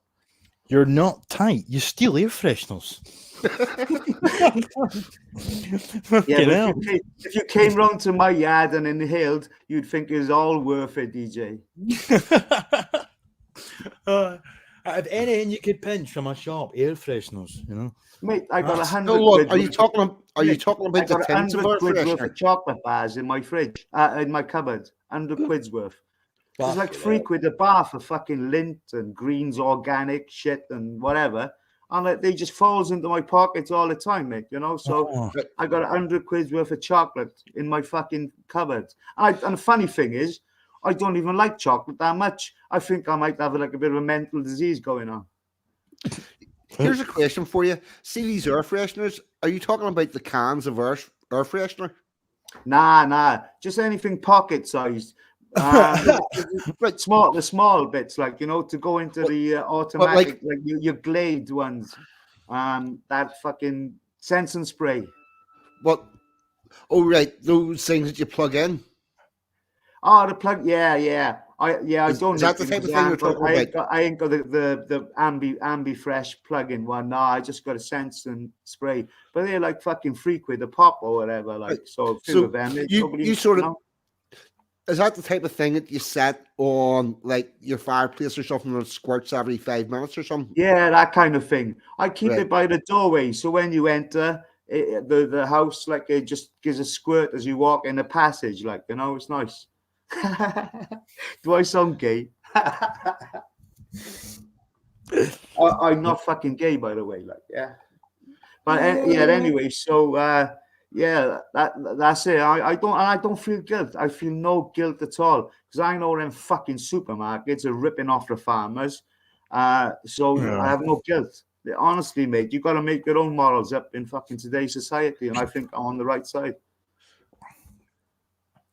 Well, you're not wrong there, to be honest, because back to your earlier point, albeit the moral of your story was to society's failing, so going out on the rob. But obviously, what we were on about before that, there was a sort of deeper point there in terms of society genuinely is failing. So if you're not making up your own models, right or wrong, then there is no real models, because let's be honest, society overall nowadays, and this isn't just here, it's pretty much everywhere, pretty morally inept nowadays, really. You know, whether it comes to helping your neighbors and whatnot, just simple things like that, helping your elderly neighbors. Well, barely anybody does that anymore. Barely anybody speaks to their neighbors now, all the way to when somebody's getting assaulted, you know, instead of interjecting and preventing it. I'll let the phone out. You know, there's people are just so fucking weird nowadays. I don't know if that's a generational thing. I don't know if the ones coming up behind me are going to be even worse. I don't know, but definitely think society overall is definitely showing blatant signs of decay, dare I say. Was Yeah. it? Look at Was me it doom your posting on a Friday night or Saturday night now, isn't it? Typical me, yeah. DJ? Was it Yeah. on your? Was it on your timeline in the old Telegram there where it showed that poor old lady on her last days having I've to seen tolerate some fucking jogger griming out in front of her that. Yeah. just for a bit of a laugh? I mean, come on, fuck me, that's Uh, just getting beyond the joke now, isn't it?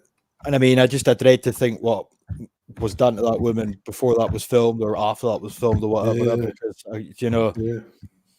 we know shit like that goes on in these places, but when the dynamic is them and elderly whites, given the sort of current climate and whatnot, it's got fucking danger written all over it. And when I seen that video, I was going to delete it because I thought there was violence, but there wasn't in the video at least. But And do you know the story that they chose to write in the papers? It was the one where the advertising is shanky grindstone. well, no, it was basically saying that IMOs who were brought, it was this Prestwick company, and it was saying that IMOs brought over here to look after our elderly on a pittance are being, that their rights are being abused because they don't get the same privileges as sort of the indigenous ones. So basically, the rest of the world coming over here, which we don't want anyway, they're doing us the big fucking favor. Do you know what I mean? Was the person doing it in a care home uniform? No. Right. No, he was in dressed up as if he was filming one of these daft drill videos, eh? Right. Now, was this inside a care home? Yeah, it was in. Right. Okay. Yep. The probability is that he's not there as the staff to look after him. He's been fucking housed there. Probably. Either that or he was in visiting his granny or something and then decided to go next door to the old white woman, who knows? But nonetheless, it was pretty grim. Yeah, there's a load of these there's a load of these care homes that are actually getting immigrants in as people, because the government will pay for it as opposed to a hotel. There's a lot of times that's what that is. They're not there. It's not that they're the staff. It's their other people live in that facility. Yeah. Well, on this subject, I'll just interject. I work in a care home, and we have immigrants that work there. And as far as I can tell, the rumour is they're actually getting paid a bit more than the indigenous people that work there. Somehow. Do you know what? I would believe that because just going by what the government keep talking about, they're always screaming out for more people to come and work in these places. Yeah, so they're getting paid more than white people. I'd love to see that working the other way around. Wouldn't that be interesting? Well, here's an interesting thing. If the indigenous person is there on a contract with the company and the immigrant coming in is being brought in by an agency, the agency worker gets more pay, but then they don't get the same redundancy. They don't get the same sick pay. They don't get the same holidays. It may be that. It may well be that, Toffee, but they may be there via an agency type situation. Yeah, because there's agency workers come in and work in our factory at times, and there's a lot of times they have been on more wages than us. But how it was explained to us is the reason why this happens is we had to bring these people in through an agency, but there's a lot of the benefits that we pay you as part of the package that means that we can afford to pay more because we don't have to pay that. Yeah. I worked in factories before as well, and I always found it funny that the first two words of English foreign agency staff learn is tea break. Oh, yeah. Yes, they'll learn that one quite quick. It's all very. How's yourself, Mr. Packer? I'm very well, thank you. I'd like to publicly thank to everybody here, whoever's here, 42 for his help in my recent difficulties. The man's a fucking legend. He's an absolute star. He's helped me out no end in the past couple of weeks. I've had some personal problems, and almost to the point where he seemed to be enjoying himself. Well, I might have said that fighting the system's sort of a bit of a hobby for me, but yeah, but no, I'm really sorry I couldn't have done more and got more done for you quicker, but I did That's what I fine. could. You did way more in 2 days than I did in the fortnight, and you was a massive help and a shoulder to cry on, and someone to be there for me. It was amazing. Thank you. Well, the other thing, I don't want to say too much. I think I can say this. Why people need advocates to speak for them is if you're ever in the shit, you're not on your best day. And on your best day, you could do everything an advocate could do for you. But there's a lot of times you need somebody that's not in that situation to look at it from the outside and go, we can do ABC. Yeah, no, you was exactly that. You was a stand back, look at the whole situation, and say, well, why don't you try this? Yeah. While my head wasn't in the right space. You were great. Thank you. Yeah. You know, I'm just glad that you're sorted out. I'm back home. Look. Yep. My Well, I can see cheeky- that. Yeah. So there is that.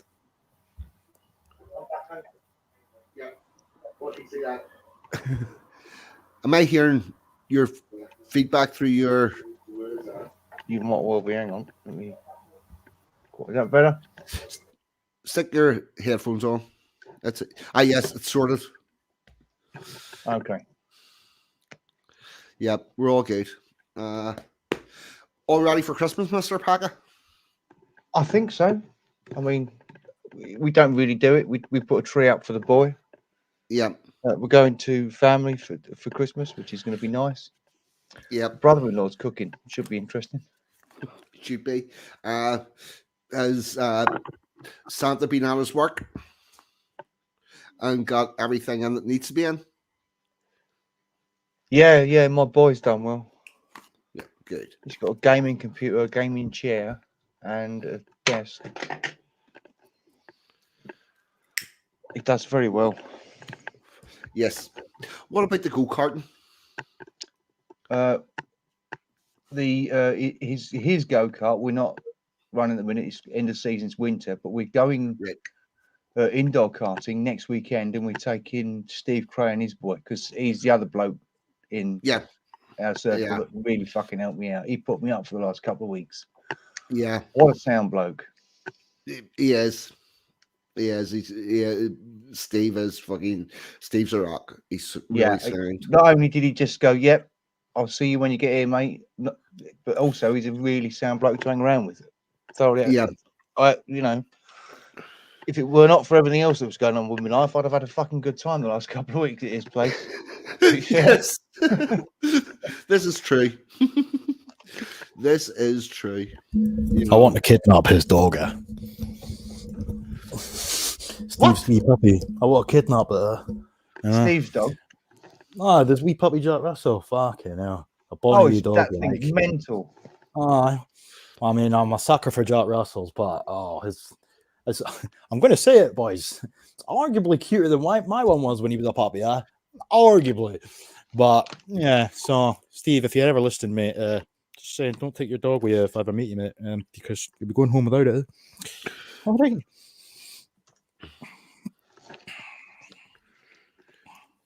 Yeah. Right. Let's see. What else we got to talk about? Has anybody got anything that they're burningly wishing to talk about?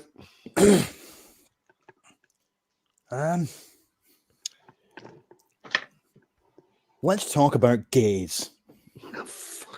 That's quite the. What's your opinion on gays?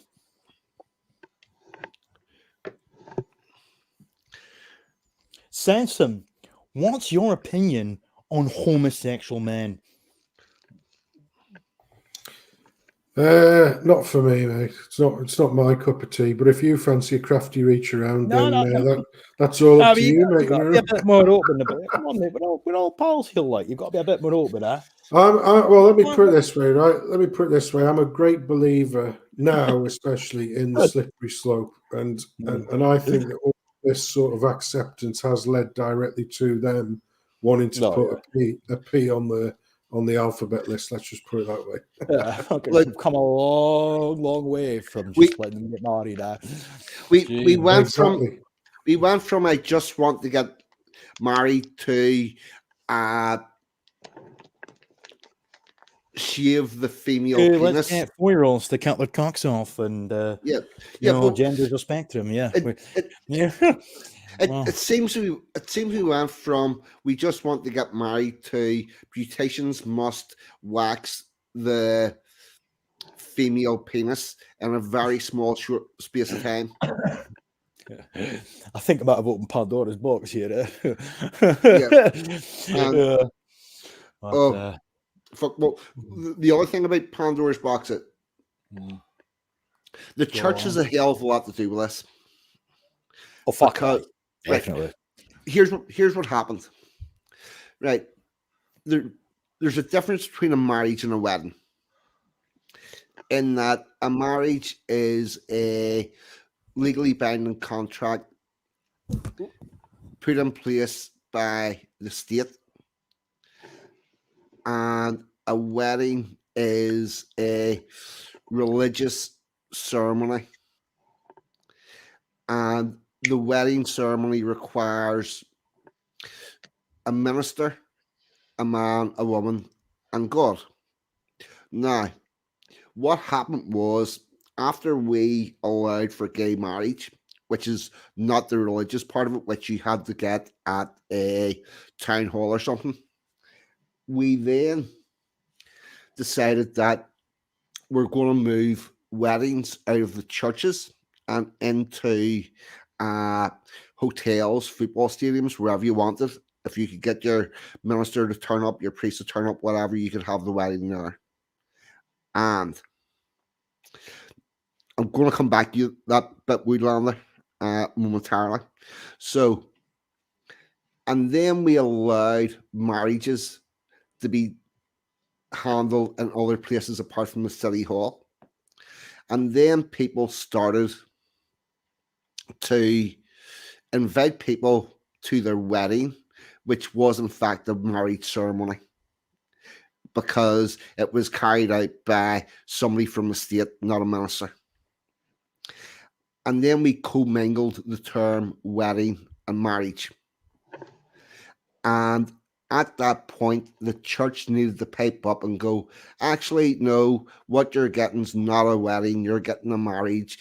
Weddings are the sole preserve of the church or the chapel, and they require the required priest, minister, man, woman, and God. But they didn't do that. They just let it all fucking ride. And now we have no idea of the difference between wedding and a marriage. And that's where you end. And that's part of the reason why you end up with the term parent disappearing and caregiver, because you can't have a mother and a father if you've got a family with two mothers or two fathers. And the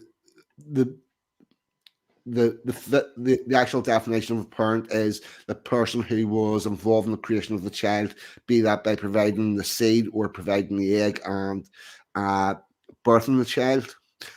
So that allows the term parent to get bastardized. And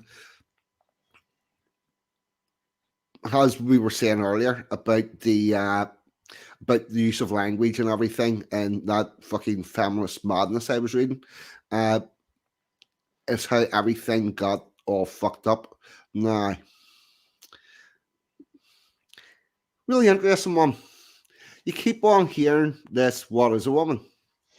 Ever heard anybody demand somebody answer the question, what is a man? Because that's never asked. And the reason why that is not asked is because while all these feminist people want to uh, keep on and push on what is a woman, and the definition of a woman is an adult human female, they still want to continue with the real man trope and go, any man that hits a woman is not a real man. Any man that doesn't pay all the bills is not a real man. So they are interestingly only interested in the legal definition of a woman and not of a man because they don't fucking like men. That's what exactly like why they've redefined misogyny in Scotland, but not misandry. You know, but more to that point though, because I used to find it quite cringe, where the likes of Big Sargon and whatnot would be like, the TERFs and us have something in common. You know, we can form an alliance with the TERFs. And like, I think the vast majority of these people fail to realize that, albeit the people that are classified as TERFs were correct in their assertion that a man is a man and a woman is a woman, they weren't really berating trannies for that reason. They were doing so because they didn't want men in their public, in their private spaces and whatnot, but not because it poses a potential danger and whatnot. It's because they're men, but you have to take it a step further. And men, by just being men, pose dangers to women. You know, they're not shitting on trannies because they don't like the idea of gender being completely manipulated and redefined. They're shitting on trannies because they're men. Like, they're still feminists. They're just feminists who don't like tranny men. That's it. They hate men, and they don't stop hating men just because that individual man has become a woman. That's why it's always annoyed me with these people, like so many of these TERFs, that it just, they reek of blatant man hating. But like, they can't hate men because the man they're hating on is called Deborah now, you know. Still a man though, you know. But that's really all it boils down to, a lot of them. They just hate men, but they don't like trannies because they're men, you know. Good evening, Rory. How's yourself? What's your opinion on gays? Good evening, 42. Also, good evening to Packer Jr. that just came on the stream. Yeah, Merry Christmas to him too. How are you doing, 42? Hello, Rory. Congratulations, Rory, mate. He says hello, Rory. Great news, mate, about your daughter. Congratulations. Well, Sansom, thank you so much. I 42, you may not know about this news. No, I haven't heard. But yeah, my daughter just went for her first scan for a pregnancy, and it turns out she has twins. Oh, very good. Get in. Double bubble. Yeah. I know. So that's great news for me for Christmas. It is. Just tell her she'll never know who broke it. I don't get that one, Packer. Could you explain that, please? Well, they'll just point at each other. Yeah. If they walk in the room, something will be broken, and they'll both go, they did it. Yeah, it was the other one. It was never me. So there we go. I'd pop on. I mentioned it very briefly. Yeah. In Sensum Stream before it ended. So yeah, very exciting Christmas for me. Yes, that is. That's a very exciting, and I'm very pleased for you all. Nah, fair play. You know, playing your part, or she's playing her part, I should say. You know. Nah, twins away. That's a handful. Well, I know, but you know, fucking hell, one's bad enough when they're screaming and crying, but well, we don't know yet whether they're identical or not. But well, you find that out whenever they come out. Yeah, they look fairly similar right now. Yeah. Yeah, well, they do. Apparently, I mean, I'm looking into this a lot right now. But having identical twins is like 1 in 250 chance. Having non-identical ones is a lot less, like maybe 1 in 30 if you don't use drugs or whatever they use these days, fertility Yeah. things. But so yeah, no, I have a whole days ahead of me to look into this and learn more about it. 42. Do you have any? The other thing is, it's like on your DNA side. 42. May I ask you this question, or actually the whole Certainly. panel? Do you have any? Does any of you have twins in your families? No. No. No, I don't. Well, I don't either. Hmm. I don't personally, mate, but I knew a bloke who had twins once, and I said to him, "Are they monozygotic?" And he said, "No, they're British." So There, whenever I was in primary school, there was twins in my class, but not only were they not identical, one was a boy and one was a girl. I Yeah, had. that's quite young. Yeah, I think it tends to be on the female side of the family. Again, I have a lot to learn, but I did. Yeah, there were a couple of twin girls, but I think it's up to the mother, isn't it? 42. You know, because they produce the eggs, don't they? I I And honestly don't know. I'm going to presume it would take two sperm to hit the egg at the same time. if there was one egg, but sometimes Or with two eggs. yes, that actually would make more sense thinking about it. You have a rare thing where you pop out two eggs. It's all a mystery to me. 42. Yeah, that would actually make more sense. I'm not speaking with any authority. I don't know, but my best guess is your daughter has popped out two eggs that month, and they've both got fertilized. Oh, and Well, Sally. Aunt Sally has it's a twins. twin. Wow. Oh, here we go. Wonderful. Again, my best guess, but I think it's just the fact that the initial clump of cells splits. I think that happens. Yeah. Well, So it's the same So- sperm and the same egg, but it splits. that comment from Aunt Sally, was really interesting. Yeah. She has a twin sister, but not identical. But whenever they were kids, they were very hard to tell apart. Yeah. So they became more different as they got older. Well, I guess that happens. But Yeah. gosh, I mean, I know there are a couple of ladies in their 50s living next to me, and they look very similar, but you can tell them apart. Yeah. And I think that may be one of the things that, I mean, I'm going to have to learn is how on earth do you tell these two apart? Well, you can't tell them apart when they're babies, can you? Oh, you put different colored clothes on them. What? You put different colored clothes on them. Oh. Yeah, that's how you tell them apart. You have different colored clothes on them, and then if you want to really confuse your daughter, halfway through the day, sneak them away and change their clothes, and she'll not know which is which. You're a naughty boy, 42. You naughty boy. Yeah.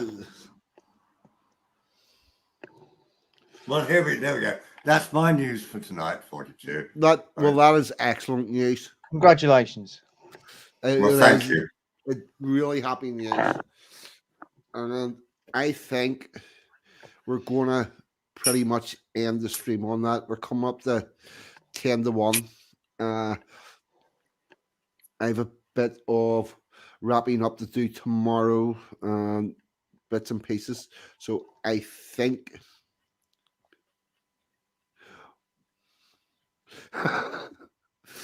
oh, PBC, her mum's pal put nail polish on one twin's toes so she could tell them apart. Well, there you go. See, this is the Yep. advice that I need. I need this advice. Well, my daughter will need this advice. Yeah. Definitely. Oh. Do you know the wee tags that they put on them in the hospital? Don't take them off for about 3 months. Right. Oh. Yeah. Right. I'm gonna get an outro sorted out. And I'm going to, as always, put the comments up on the stream. Oh, hold on. Before I do that, any last thoughts? And we'll sort of go around the room. Sanson? Thanks for having me on, mate. I've appreciated it and enjoyed being on. And thanks for popping on my stream early on. I'd just like to wish everybody in the chat a very Merry Christmas and a safe and healthy 2024. And like I say, I think the next stream I'll be doing will be John Davidson's stream on the 29th, where we'll do the review of the Christmas favourite film, Die Hard. So that'll be me until next Friday. So I wish you all the very best, and I hope you all have a great Christmas. Excellent. DJ? Just to echo what Sansom said there, really. Congratulations to you, Rory, as well. For everybody watching the now or later on, whatever you get up to at Christmas, just make sure you enjoy yourself. Find something to do. If you're not fortunate enough to, have family in close proximity and whatnot, just do something that you enjoy and whatnot at the very bare minimum. And as for myself, I will be appearing one last time with the Scots boys on the 27th. We haven't decided what time or whatnot, but there will be one last Sunday with the lads. Got it in the end, Yep. Illnesses and potholes kind of got in the way for a while, but third time's the charm and all that. So I look out for that. And on that note, I'm probably going to go and watch to determine whether or not Mr. Frenchman's a murderer or not. Mr. Packer? My opinion on gays is I like the ones from when we was kids, the ones that your parents knew, the ones that was quiet about it. I'm not so keen on the Louis Spencers of this world and the ones that literally wave it in your face. A Merry Christmas to all, and it's always a pleasure to come on and be part of this. Thank you all. Yep. Here, Package, you want to stay on for a couple of minutes after? Sure. Yep. Mr. Rory? Oh, Rory. Yeah, sorry, Rory. Yeah, the best thing you can do is maim one of them, brand one of them, or just always shave one of them's head. Well, good advice. Thank you. Then you'll know. All right. 42. Yeah. Just to follow up on Sensib's comments. Look, happy Christmas to everybody. This is a great stream. We have great people on, great people in the chat. It's always a pleasure, and a happy new year to everybody. Let's have a great 2024. Excellent. Very, very lovely words. And with that, I am going to play us out.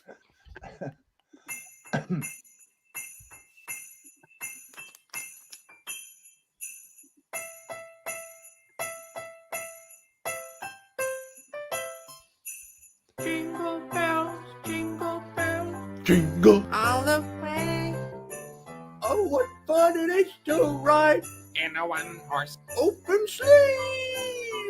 Jingle bells, jingle bells, jingle all the way.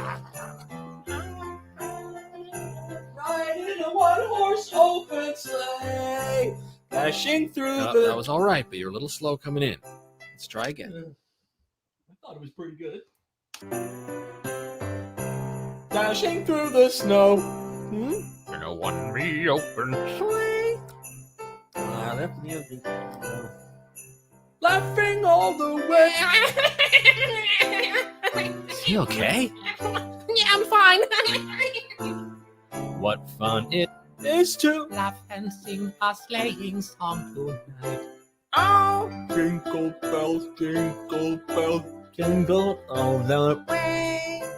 Oh, what fun it is to ride in a one-horse open sleigh.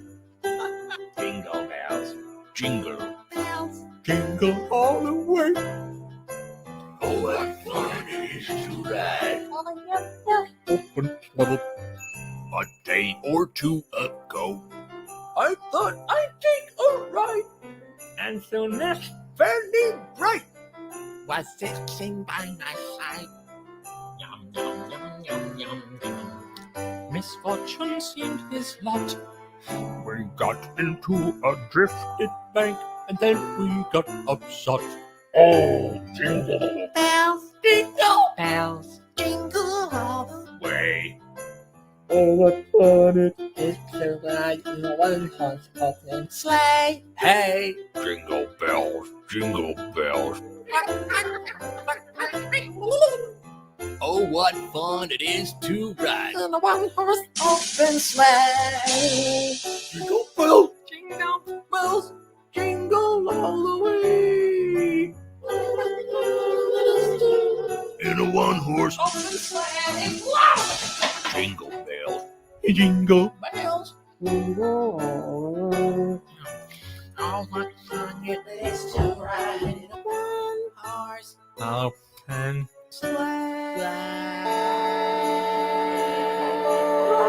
Boom, boom. All right, everybody. The guests have all been the guests. I have been 42. You lot in the chat have, as always, been fucking amazing. Thank you. Good night. God bless. Happy Christmas. And see you all next week. Probably. I'm not sure what I'm doing, but I'll be about. All right. All the best. Love yous. Bye.